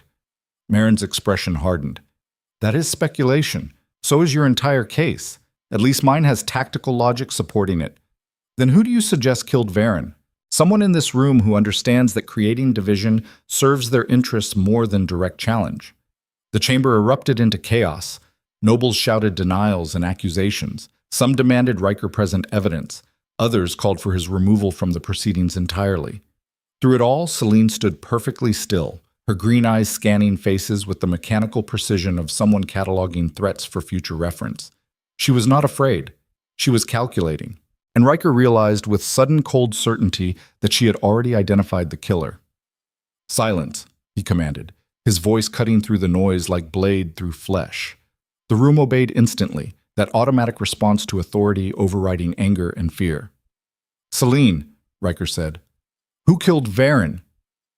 She turned her head slowly, studying the assembled nobility with the detached interest of a predator selecting prey. Then her eyes locked onto a specific face in the crowd. Lord Harkin. Third-tier seating, left side. Every head swiveled to stare at the man she had identified. Harkin was young for a lord, maybe 30, with the soft features of someone who had never faced real hardship. His family controlled the kingdom's wine trade, wealthy but politically insignificant. He looked genuinely shocked by the accusation. "That is absurd," Harkin stammered. "I barely knew Varen. Why would I—" "Because you supplied the wine for last night's gathering," Selene interrupted, her voice flat as stone. "And you were standing near his table during the toast, close enough to add something to his cup while everyone's attention was on the king's speech. That proves nothing. You're wearing a ring with a hidden compartment. I can see the mechanism from here, the kind used to transport concentrated poisons. And you keep touching it nervously. Guilty conscience makes people fidget." Harkin's hand had indeed been moving toward the ring repeatedly. Now it froze halfway, awareness of the tell making it more obvious. "Search him," Ryker ordered. Guards moved immediately, surrounding Harkin before he could react. One of them removed the ring and examined it closely, then nodded confirmation to Ryker. "Concealed compartment. Residue inside that smells like almonds." "Cyanide derivative," Selene said. "Classic assassination tool. Fast-acting, but delayed enough to avoid immediate connection to the source." Harkin's face had gone pale as winter snow. "This is insane. I did not—" "Why?" Ryker asked, cutting through the denial. "What did Varen's death accomplish for you?" The young lord's eyes darted around the room, looking for escape or support. Finding neither, something in his expression shifted. Desperation replaced shock. "He was going to expose my family's smuggling operation. We have been moving contraband through wine shipments for years. Varen discovered it and demanded I support his play against you or he would reveal everything to the royal auditors. So you killed him to protect your family's illegal enterprise. I killed him because he threatened to destroy us. You do not understand what it is like to be a minor house in this kingdom. We survive on margins. One scandal would finish us. So you framed Selene to cover your tracks. She was convenient. Everyone already believed her capable. I just provided confirmation of their suspicions." Ryker felt cold fury settle into his bones. "You were willing to sacrifice an innocent person to protect yourself." "Innocent?" Harkin laughed bitterly. "She is a killer. You said so yourself. What difference does one more death make?" "The difference," Ryker said quietly, "is that she kills because I order it. You killed because you were afraid. Fear makes people weak. Weakness makes them dangerous." He gestured to the guards. "Take him to the dungeons. Full confession under formal interrogation. His family assets are seized pending investigation of smuggling charges." Harkin was dragged away, screaming protests that nobody acknowledged. The council chamber had gone silent again, but this silence felt different, heavier. Nobles were reassessing what they had just witnessed. The king had defended his weapon, had trusted her judgment over the court's accusations, had been proven right publicly. That was not how these situations were supposed to resolve. Lady Merrin stood slowly. "Your Majesty, we owe you an apology. We allowed fear to cloud judgment." "No," Ryker corrected. "You allowed political opportunity to override truth. There is a difference." He turned to address the full assembly, his voice carrying to every corner. "Understand something clearly. Selene Vale is under my protection because she represents what this kingdom created and then tried to forget. Breaking people into weapons and pretending we bear no responsibility for what they become. I am done with that pretense." He gestured towards Selene. She identified Varen's killer in seconds because she understands violence better than anyone in this room. That skill was carved into her through years of systematic torture this court authorized and ignored. You do not get to benefit from her abilities while condemning her existence. Some nobles looked ashamed, others looked defiant. Most just looked uncomfortable with having their hypocrisy exposed so directly. "This session is concluded," Ryker said. "Return to your houses and consider carefully whether challenging my judgment is truly in your best interests." The nobility dispersed slowly, many avoiding eye contact with both Ryker and Selene as they left. When the chamber finally emptied, Ryker allowed himself to breathe properly for the first time in hours. "How did you know?" he asked Selene. She was already moving toward the exit, her voice carrying back over her shoulder. "Because I recognize predators." He had the same fear smell as guards who used to hurt me before I learned to hurt them first. Predators always reveal themselves eventually. They walked back through palace corridors in silence, both processing what had just happened. Ryker had won the immediate confrontation, but had also widened the division between himself and significant portions of the court. Some victories created more problems than they solved. Outside Selene's chambers, she paused before entering. "You defended me, publicly, against the entire court. I told you I would. You risked everything, not everything, just the parts that do not matter anymore." Selene studied his face with that unsettling directness. "What matters to you now?" Before Ryker could answer, Voss appeared at the corridor's end, running with urgency that made Ryker's instincts scream warnings. "Your Majesty," the captain gasped. "Multiple noble houses are mobilizing private forces. Intelligence suggests coordinated action. They are calling it protective security measures, but the deployment patterns indicate offensive intent. How many houses?" "At least 12. Maybe more." Ryker felt cold certainty settle over him. "They are preparing to move against the throne." Tonight's confrontation was the excuse they needed. "Not against the throne," Voss corrected grimly. "Against her. They frame it as removing a dangerous element threatening kingdom stability. If you protect her, they can claim you are compromised. Either way, they create justification for intervention." This was it. The moment where all paths narrowed to a single impossible choice. Surrender Selene to appease the nobility and maintain power, or defend her and face civil war. Kings who chose loyalty over strategy rarely kept their crowns. But Ryker had already made his choice weeks ago in a dungeon cell when he decided to unchain her. Everything since then had just been momentum building toward this inevitable conclusion. He turned to Selene. "Can you fight?" "Always." "Good, because we are about to discover whether principles are worth dying for." "We could run," she said quietly. "Disappear into the territories. Let them have the kingdom." Ryker met her eyes directly. "No. I spent my entire life building something better than what my father left. I am not abandoning it to people who want to drag us backward into systematic cruelty, even if staying means death. Especially then. Some things are worth the price." Selene's expression shifted into something Ryker had never seen before, something that looked almost like respect. "Then we fight." Voss cleared his throat. "Your Majesty, fighting 12 noble houses simultaneously is strategic suicide. Even with royal forces, the numbers do not support victory. Then we change the numbers." "How?" "By giving people something worth fighting for beyond survival." Ryker's mind was already working through possibilities, assembling pieces into a strategy that was either brilliant or catastrophically insane. "Send word to every military outpost, every garrison, every patrol unit. Tell them the crown is under attack by nobles attempting to seize power through manufactured crisis. Any soldier loyal to the throne is ordered to return to the capital immediately. That will take days. We have hours at most. Then we hold for days." Voss stared at him. "You are serious?" "Completely. And if we fail?"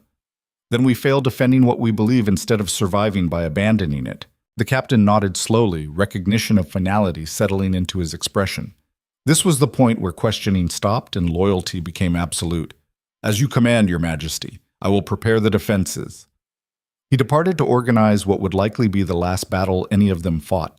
Selene was still watching Ryker with that strange new expression. "You are going to die for me. I am going to die defending principles. You just happen to embody them. That is the same thing. Maybe. Does it matter?" She stepped closer, close enough that he could see silver scars on her throat catching torchlight, close enough to smell leather and steel and something underneath that was distinctly her. It matters because nobody has ever chosen me over survival before. Everyone who claimed to care disappeared the moment protecting me became inconvenient. Her voice dropped to barely above whisper. Why are you different? Because I understand what you survived. And I know that kingdoms built on the suffering of people like you do not deserve protection. They deserve transformation or destruction. I am choosing transformation. If that costs me everything, at least I will die knowing I tried. You are insane. Probably. But insanity looks a lot like courage when the stakes are high enough. Selene smiled that broken smile that was starting to look almost whole. Then let us be insane together. The palace transformed into a fortress over the next hours. Loyal troops assembled in defensive positions throughout the complex. Barricades were erected at key corridors. Armories were opened and weapons distributed to anyone willing to fight for the crown. Ryker moved through the preparations with mechanical efficiency, checking positions and issuing orders that might be his last as king. Selene worked beside him, her tactical knowledge proving invaluable for defensive planning. She saw angles he missed, identified weaknesses in formations, suggested modifications that turned adequate defenses into actual obstacles. She had been trained to attack fortified positions. Now she used that knowledge to create ones that could not be taken easily. By midnight, the palace was as ready as limited time allowed. And by 1 hour past midnight, the first noble forces appeared at the outer gates. 12 houses, as Voss had warned. Maybe 1,500 soldiers total, all wearing noble colors instead of royal insignia. Technically, not attacking the crown, just removing a dangerous criminal the king was too compromised to handle appropriately. Legal fiction that would become accepted history if they won. Treason that would get them executed if they lost.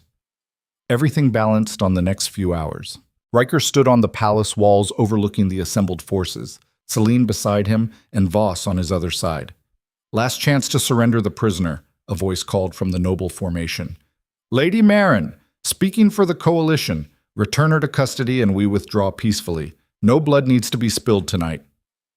Ryker's response carried across the space between them with absolute clarity. No, Your Majesty, please be reasonable. Reason died when you mobilized private armies against the throne. This stopped being negotiation the moment you decided force was acceptable. Now we discover whether your principles are worth the casualties you are about to suffer. We outnumber you 3-1. Numbers do not determine outcomes. Will does, and I guarantee my forces are more willing to die for their cause than yours are. Silence from the noble formation. Marin conferring with other house leaders, weighing odds and calculating whether their commitment extended to actual bloodshed. This was the moment. The pause before violence where people made final choices about how far they were willing to go. It lasted exactly 30 seconds. Then Marin's voice cut through the darkness. Take the palace, subdue the king, capture the prisoner. And the world exploded into violence. The first wave hit the outer defenses like water against stone, soldiers crashing into barriers while defenders rained arrows and rocks from elevated positions. Men screamed and died in the darkness. Blood soaked into ground that had seen similar violence countless times throughout Varithus history. This was empire distilled to its purest form, people killing each other over whose vision of order deserved dominance. Ryker fought on the front lines despite Voss's objections, his blade cutting through enemy formations with the practiced efficiency of someone who had earned his crown through warfare. Selene moved beside him, her movements impossibly fast and precise. Every strike calculated to disable or kill with minimum wasted energy. She was beautiful and terrible, a weapon finally unleashed without restraint or apologizing for what she had become.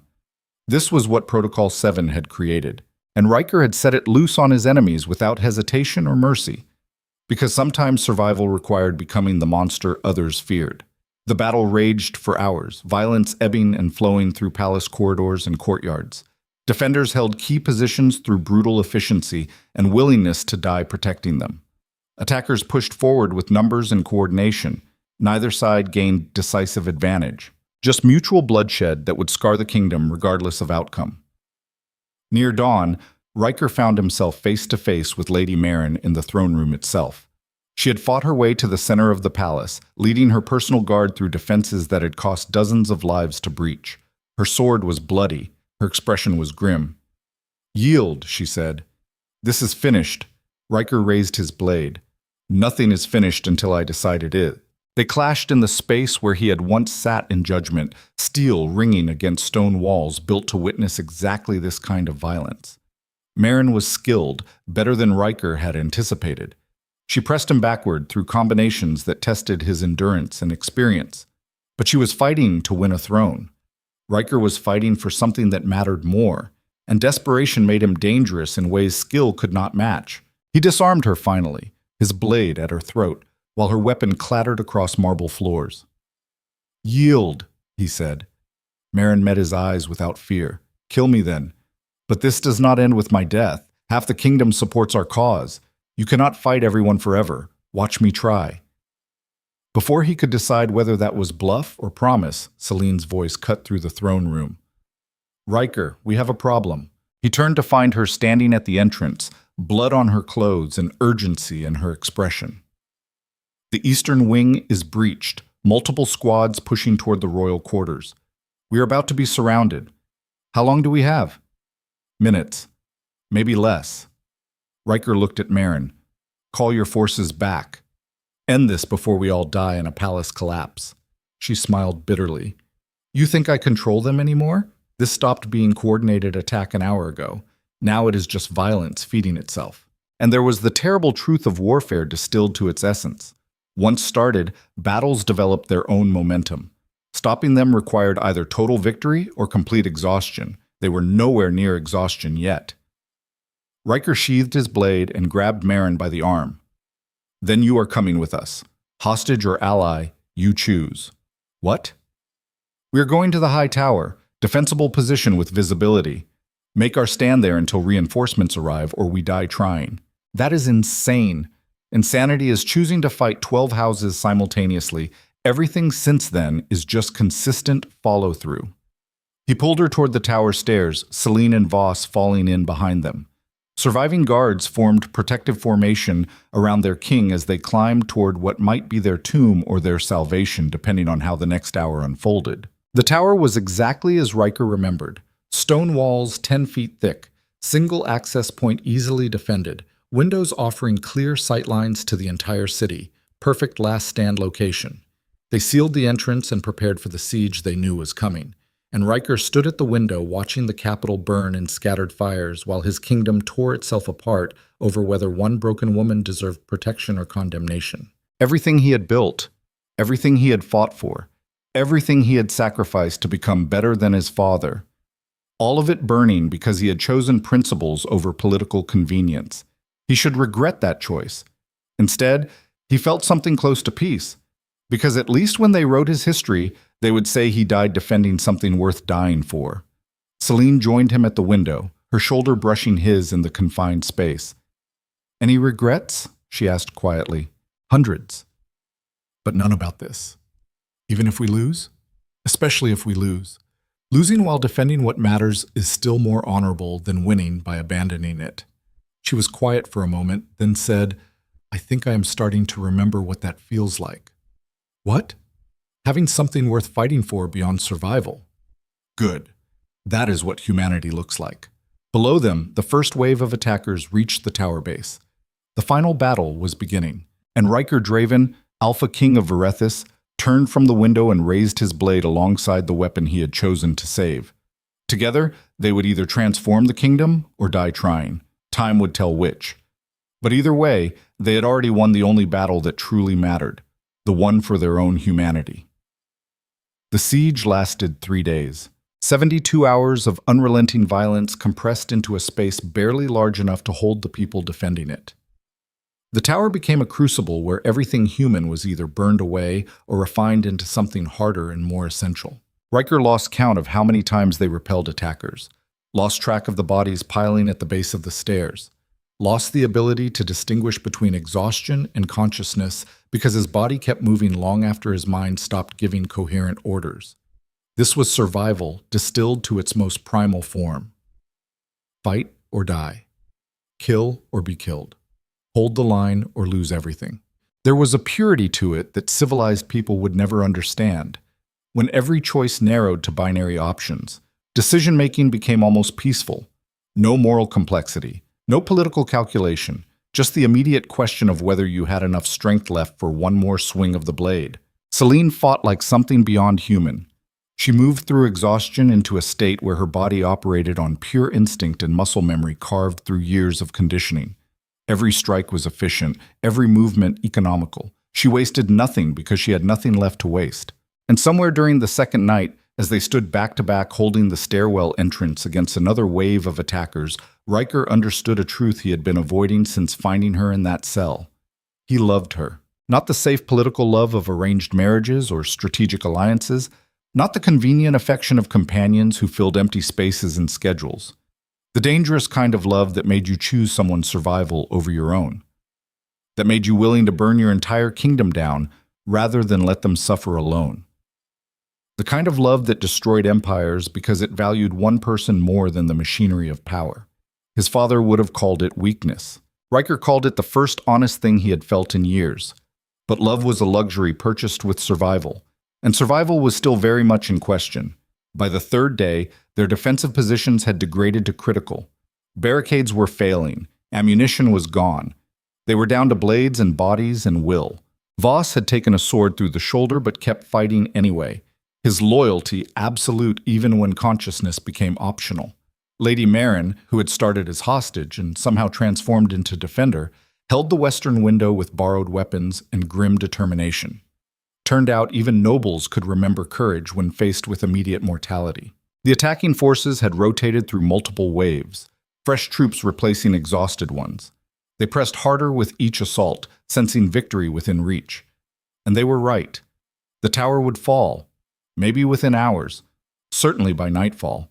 Ryker had accepted this with the calm that came from having done everything possible and watching it still not be enough. Some battles were not winnable through skill or will. Sometimes the numbers just did not support survival. He stood at the central window during a brief lull in fighting, looking out at his capital city spread beneath dawn light. Fires still burned in scattered districts. Smoke rose from buildings that would need rebuilding. The kingdom had scarred itself fighting over whether one person deserved protection. And the tragedy was that most people would never understand what the fight had actually been about. They would write histories saying the king went mad, lost perspective, chose a woman over duty. The narrative would be simple and damning and utterly wrong. Because this had never been about Selene specifically. It had been about whether kingdoms built on systematic cruelty could transform into something better. Whether leaders could choose principles over convenience. Whether humanity mattered more than the machinery of power. The answer, apparently, was no. At least not yet. Maybe not ever. But at least he had tried. Selene joined him at the window, her face streaked with blood and exhaustion. She had stopped looking human somewhere around the second day. Now she resembled some ancient war deity carved from stone and desperation. "Reinforcements are not coming," she said quietly. "We both know it." "I know. So what now?" "Now we hold until we cannot hold anymore.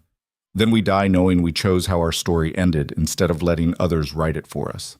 She was quiet for a moment, staring out at the burning city. "I never thanked you. For what? For seeing me as human instead of weapon. For choosing to defend me when abandoning me would have been easier. For making me remember that life could be something more than survival."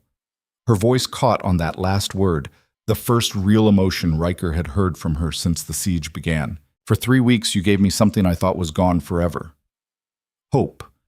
That was worth more than you will ever understand." Ryker reached out and took her hand. Scarred fingers laced through his, both of them marked by violence but still capable of this one gentle thing. "I'm glad I found you," he said. "Whatever happens next, I want you to know that. These weeks were worth everything they cost. Even dying for? Especially that." They stood there as dawn broke fully across Verithis. Two people who should never have met, holding hands while an empire collapsed around them because they had chosen each other over everything else. It was possibly the most human moment Ryker had experienced in his entire reign, and it lasted exactly long enough for him to memorize what peace felt like. Then horns sounded from beyond the city walls. Multiple horns, hundreds of them, the sound echoing across the capital in waves that made buildings tremble. Ryker's heart seized. He knew that sound.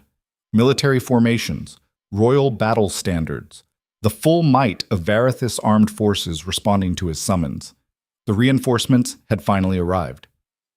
Voss appeared beside them, his wounded arm bound but his expression fierce.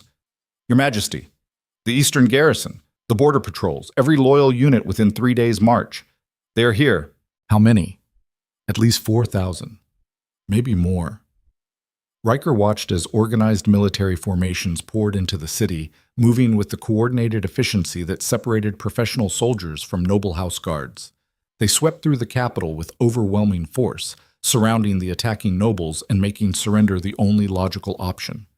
The siege broke within the hour. Noble forces threw down weapons when confronted with royal military superiority. House leaders were rounded up and detained. The violence that had consumed the capital for 3 days ended with the sudden finality of storms clearing, and Ryker Draven, Alpha King of Varithus, descended from his tower to face whatever came next. The throne room had been partially destroyed during the fighting. Tapestries burned, marble cracked. The throne itself bore sword marks from close combat that had raged through supposedly sacred space, but it still functioned as the center of power, and that was what mattered. Ryker held court 3 days after the siege ended, once enough order had been restored to make formal proceedings possible. Every surviving noble house sent representatives. The military commanders who had saved the capital stood at attention. Common citizens filled the gallery spaces, curious to see how their king would address the civil war that had nearly destroyed everything. Selene stood beside the throne rather than among the crowd. Ryker had made that positioning deliberate. She was not subject or servant or prisoner. She was something the kingdom needed to recognize as separate from traditional categories. She was herself, scarred and dangerous, and absolutely unwilling to pretend otherwise. The assembled court looked at her with varying expressions: fear, resentment, confusion, grudging respect. No one looked away. Ryker began without preamble, his voice carrying the weight of someone who had stared into destruction and survived. "We have spent 3 days killing each other over whether one person deserved protection, over whether I had the right to make choices that prioritized individual humanity over political convenience, over whether transformation was possible or whether this kingdom was permanently locked into the patterns my father established." He paused, letting that settle. The answer cost hundreds of lives, damaged our capital, fractured noble alliances, weakened our external position. By any traditional measurement, I failed as king. Murmurs rippled through the assembly. This was not how rulers addressed civil conflict. You did not admit failure publicly, did not acknowledge weakness when enemies could exploit it. But Ryker was done playing by rules designed to protect lies. However, he continued, I also succeeded in proving something more important than stability. I proved that this kingdom can choose differently than it has historically, that we can value individual lives over systematic cruelty, that transformation is possible when leaders are willing to pay the price for it. He gestured towards Selene. This woman represents everything we created and tried to forget. Protocol 7. State torture programs. The machinery of fear we built to maintain power. I chose to acknowledge that history rather than bury it. Chose to repair damage rather than perpetuate it. And yes, that choice nearly destroyed us. But nearly is not the same as actually. We survived. And now we have a decision to make about what kind of kingdom we want to be moving forward. Lady Marin stood, her expression serious but no longer hostile. Your Majesty, what are you proposing? Complete dismantling of all secret detention programs. Public trials for anyone involved in Protocol 7 operations. Reparations for families destroyed by manufactured charges. And formal acknowledgement that the Crown has systematically abused power in ways we will no longer tolerate. The room exploded into debate. Some nobles supported the reforms. Others argued they would weaken the kingdom fatally. Military leaders expressed concern about external enemies exploiting perceived weakness. Ryker let them argue for 10 minutes, then raised his hand for silence. These reforms are not negotiable. They are happening. The only question is whether you choose to participate in the transformation or continue resisting until you become irrelevant. Lord Cress, who had survived the siege and apparently learned something from it, spoke carefully. And what of the nobles who led the attack on the palace? Trials, fair ones. with evidence presented publicly and sentences determined by impartial judges rather than royal decree. That is unprecedented. Good. Precedent is just history's way of justifying terrible patterns. We are creating new patterns starting now. The session continued for hours, working through logistics and implementation strategies. It was messy and contentious and frequently frustrating. It was also democracy beginning to function in a kingdom that had operated as authoritarian monarchy for generations. Change never arrived cleanly. It came through argument and compromise and gradual acceptance that old ways no longer served their purpose. But it came. When the formal session finally ended, Ryker found himself alone with Selene in the damaged throne room. She stood at the window where he had made his first declaration about her status, looking out at the city slowly rebuilding itself. "What happens to me now?" she asked quietly. "What do you want to happen?" "I do not know. I have spent 6 years having every choice made for me, then 3 weeks learning to choose again, then 3 days fighting for the right to keep choosing. Now you're asking me what I want, and I realize I still do not have an answer." Ryker joined her at the window.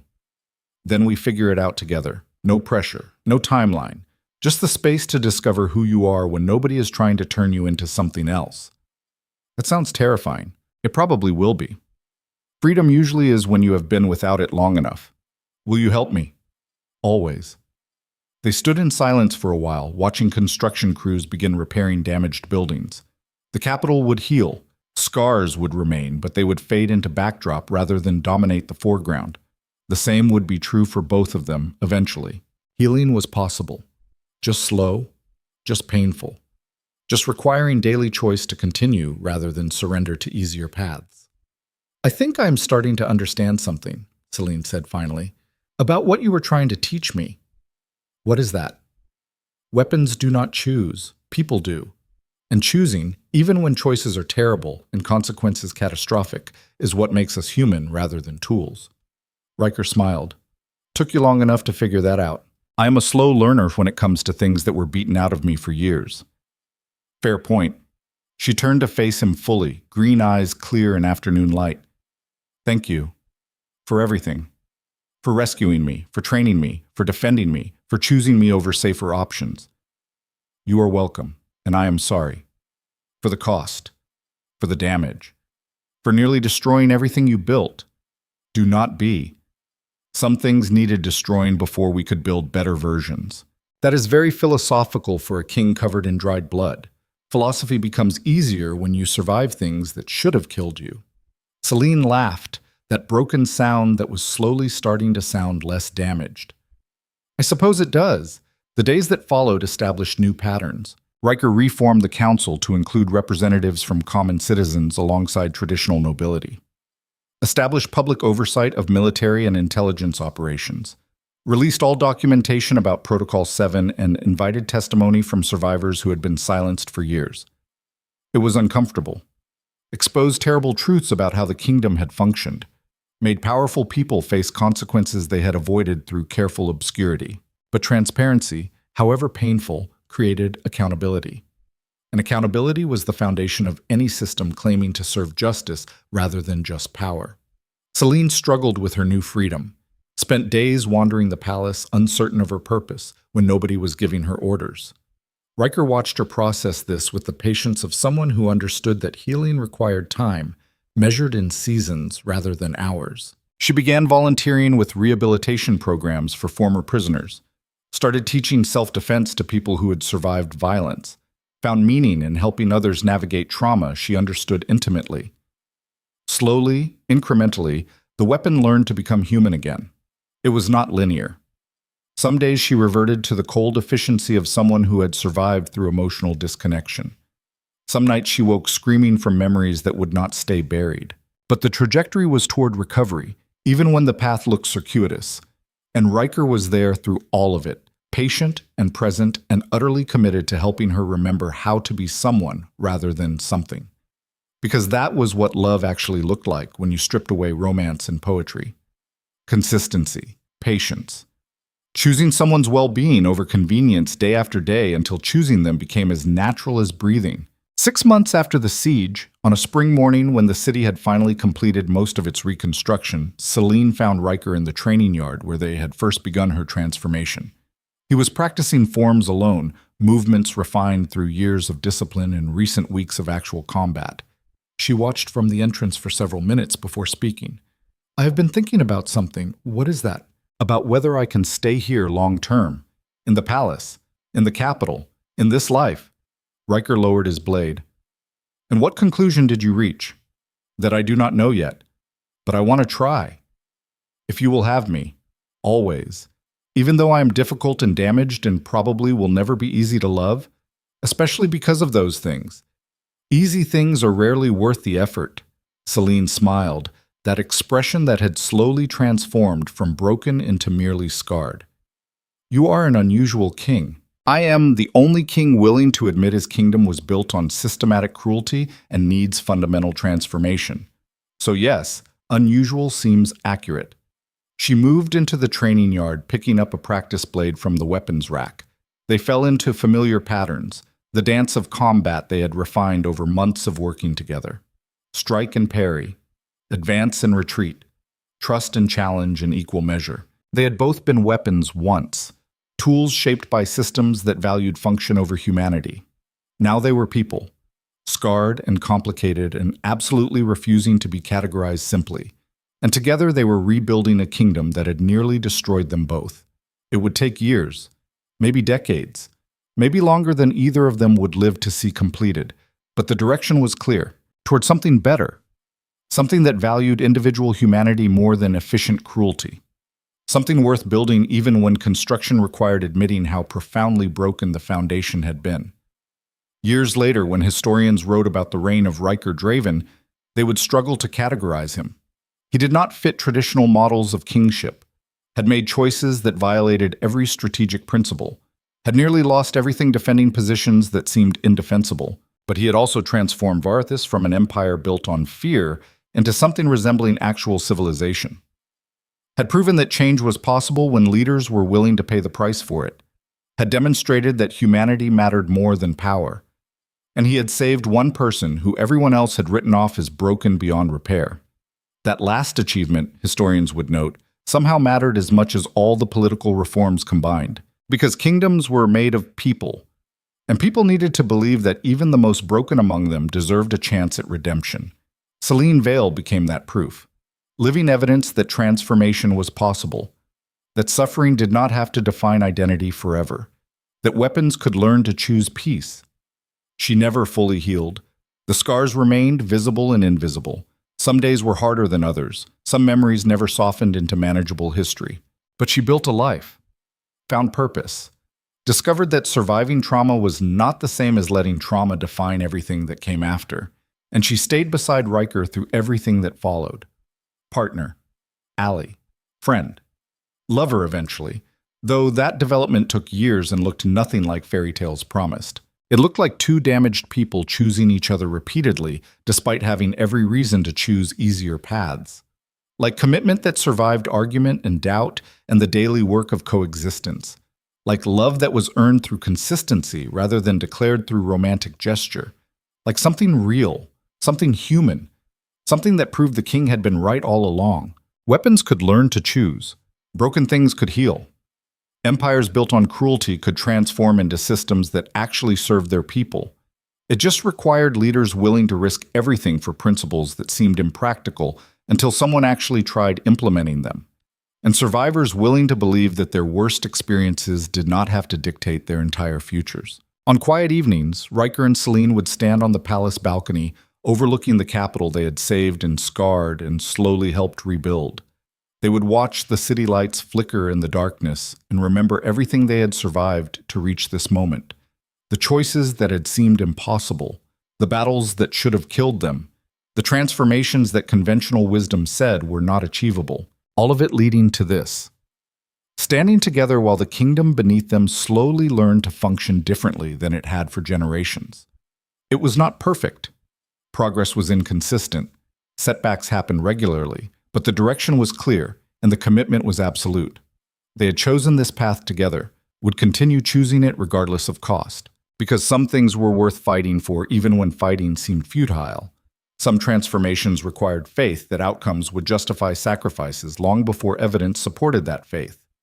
Some love required nothing more complicated than showing up consistently for another person's struggle and trusting that they would do the same for yours. This was not the story people told about kings and weapons, not the narrative that made sense in traditional frameworks, but it was true. And truth, however messy and complicated, always mattered more than clean fiction. The kingdom of Verithus survived its transformation. Barely. Painfully. At costs that would never fully calculate. But it survived. And in surviving, proved that change was possible even in systems designed to resist it. The weapon the Alpha created learned to choose her own targets, and chose, repeatedly and deliberately, to aim toward healing rather than destruction. The Alpha King learned that power meant nothing if you were unwilling to risk it for principles. That strength looked like admitting failure and continuing anyway. That love required consistency more than passion. And together, two people who should never have met, who represented everything broken about their world, somehow built something worth preserving from the ruins of everything they had destroyed. That was the real story. The one that mattered beyond political history and strategic analysis. Two broken people proving that healing was possible. That choice mattered.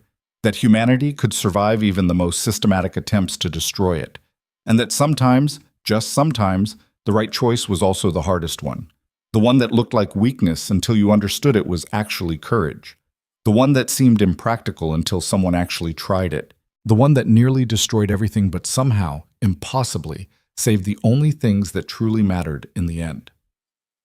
Years later, when Selene finally felt ready to address the question that had haunted her since the throne room confrontation, she found Ryker in his study working through reform proposals that would never end.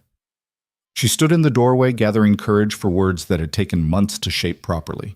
He looked up, recognizing immediately that something significant was coming. "What is it?" "I need to tell you something. About the night my family was arrested." Ryker set down his papers, giving her complete attention. "All right, you were there. Young lieutenant, following orders. You probably do not remember, but I remember you." The word should have shattered everything. Should have revealed betrayal too fundamental to forgive. Should have proven that some wounds could not heal regardless of effort. Instead, they just hung in the air between two people who had survived worse revelations than historical complicity. "I know," Ryker said quietly. "You know? I figured it out months ago, checked the records, confirmed what I suspected. I was part of the machinery that destroyed your family." "And you said nothing? What was there to say?" "I cannot undo that participation, cannot erase my role in your trauma, can only work every day to build something better than the system that created those orders." He stood, moving to face her directly. "I will understand if you need to leave, if staying here, with me, becomes impossible knowing that history. But I want you to know that choosing to be different than the person I was does not erase who I was. I can only be accountable for it and continue trying to do better." Selene studied his face for a long time, seeing the truth of that statement in every line and scar. "I spent months deciding whether I could forgive you, whether redemption was even possible for that kind of complicity. And I realized something important. You are not the person who arrested my family anymore. I am not the person who was arrested. We are both what we survived and what we chose to become after surviving it." She stepped closer, close enough to take his hands in hers. "You could have stayed the obedient soldier following terrible orders. I could have stayed the broken weapon killing without conscience. We both chose differently. That choice matters more than the history that preceded it. So you forgive me?" "I forgive us both. For everything we were before we knew better. For everything we did while trapped in systems designed to make us complicit. For being human and flawed and part of machinery we did not fully understand until too late. And now? Now we keep choosing to be better than we were. Every day. Every decision. Until choosing better becomes who we actually are instead of who we are trying to become." Ryker pulled her close, holding her with the careful intensity of someone who understood how rare real forgiveness was. How hard. How necessary. "Thank you," he whispered. "For choosing to stay, for choosing to believe transformation was possible, for choosing me despite every reason not to." Thank you for seeing me as human when everyone else saw a weapon. For defending me when abandoning me was easier. For building something worth fighting for from the ruins we created together. They stood like that for a long time. Two people who had every reason to destroy each other, but chose healing instead. It was not fairy tale ending, not perfect resolution, not the kind of narrative that resolved cleanly into happily ever after. It was better than that. It was real. The kingdom of Varithus continued its slow transformation into something that valued humanity over efficiency. The scars remained visible. The damage took generations to fully repair. Progress was inconsistent and frequently frustrating. But it happened.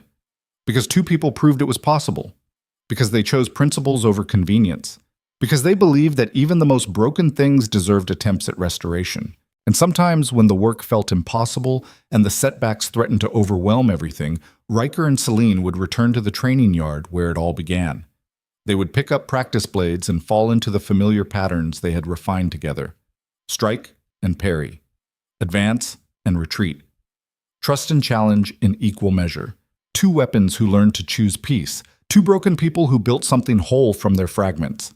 Two survivors proving that the worst things humans do to each other do not have to be the final word on what humans are capable of becoming. That was their legacy. Not the political reforms or military victories or strategic brilliance, just the simple proof that change was possible when people were willing to pay the price for it. That weapons could learn to choose. That kingdoms could transform. That love looked like showing up consistently for someone's struggle and trusting they would do the same. That humanity survived even when every system tried to destroy it, and that sometimes the hardest choice was also the only one worth making. The sun set over Varithus, painting the capital in shades of orange and gold that made even damaged buildings look almost beautiful. The kingdom had survived its transformation, would continue surviving as long as people remembered what they had fought for during those 3 days when everything nearly fell apart. Two people stood on the palace balcony watching the city settle into evening rhythms, scarred and complicated and absolutely refusing to let their past dictate their futures. They had been weapons once, tools shaped by cruelty into instruments of violence. Now they were simply human, flawed and struggling and working every day to be better than they had been. And together, they were proof that the hardest transformations were also the ones most worth attempting, no matter how impossible they seemed at the beginning, no matter how much they cost along the way, no matter how long they took to complete. Some things were worth fighting for. Some people were worth defending. Some love was worth every sacrifice required to protect it. And some stories ended not with perfect resolution, but with the promise that tomorrow would bring another chance to choose better than yesterday. That was enough. It had to be enough, because it was all any of them ever had. The choice to keep trying, keep fighting, keep believing that transformation was possible even when every piece of evidence suggested otherwise. The weapon the Alpha created had finally chosen her target, and she aimed toward healing, toward hope, toward the impossible belief that broken things could become whole if given enough time and care and stubborn refusal to give up. The Alpha King had learned the most important lesson leadership could teach. That power meant nothing without the willingness to sacrifice it for principles. That strength looked like vulnerability. That winning sometimes meant losing everything except the things that actually mattered. And together, they had built something neither could have created alone. A kingdom learning to value humanity over efficiency. A future that looked different from the past. A love that survived everything designed to destroy it. That was the real ending. Not clean, not simple. Not the kind of story that tied up neatly, but true. And human. And worth every sacrifice required to reach it. The sun finished setting. Darkness claimed the city. And two people who had survived impossible odds stood together watching stars emerge above a kingdom, slowly learning to be worthy of them. Tomorrow would bring new challenges, new setbacks, new reasons to question whether transformation was possible. But tomorrow would also bring them. Together. Still choosing each other. Still believing that the work was worth it. Still proving that even the most broken weapons could learn to choose peace. That was victory enough.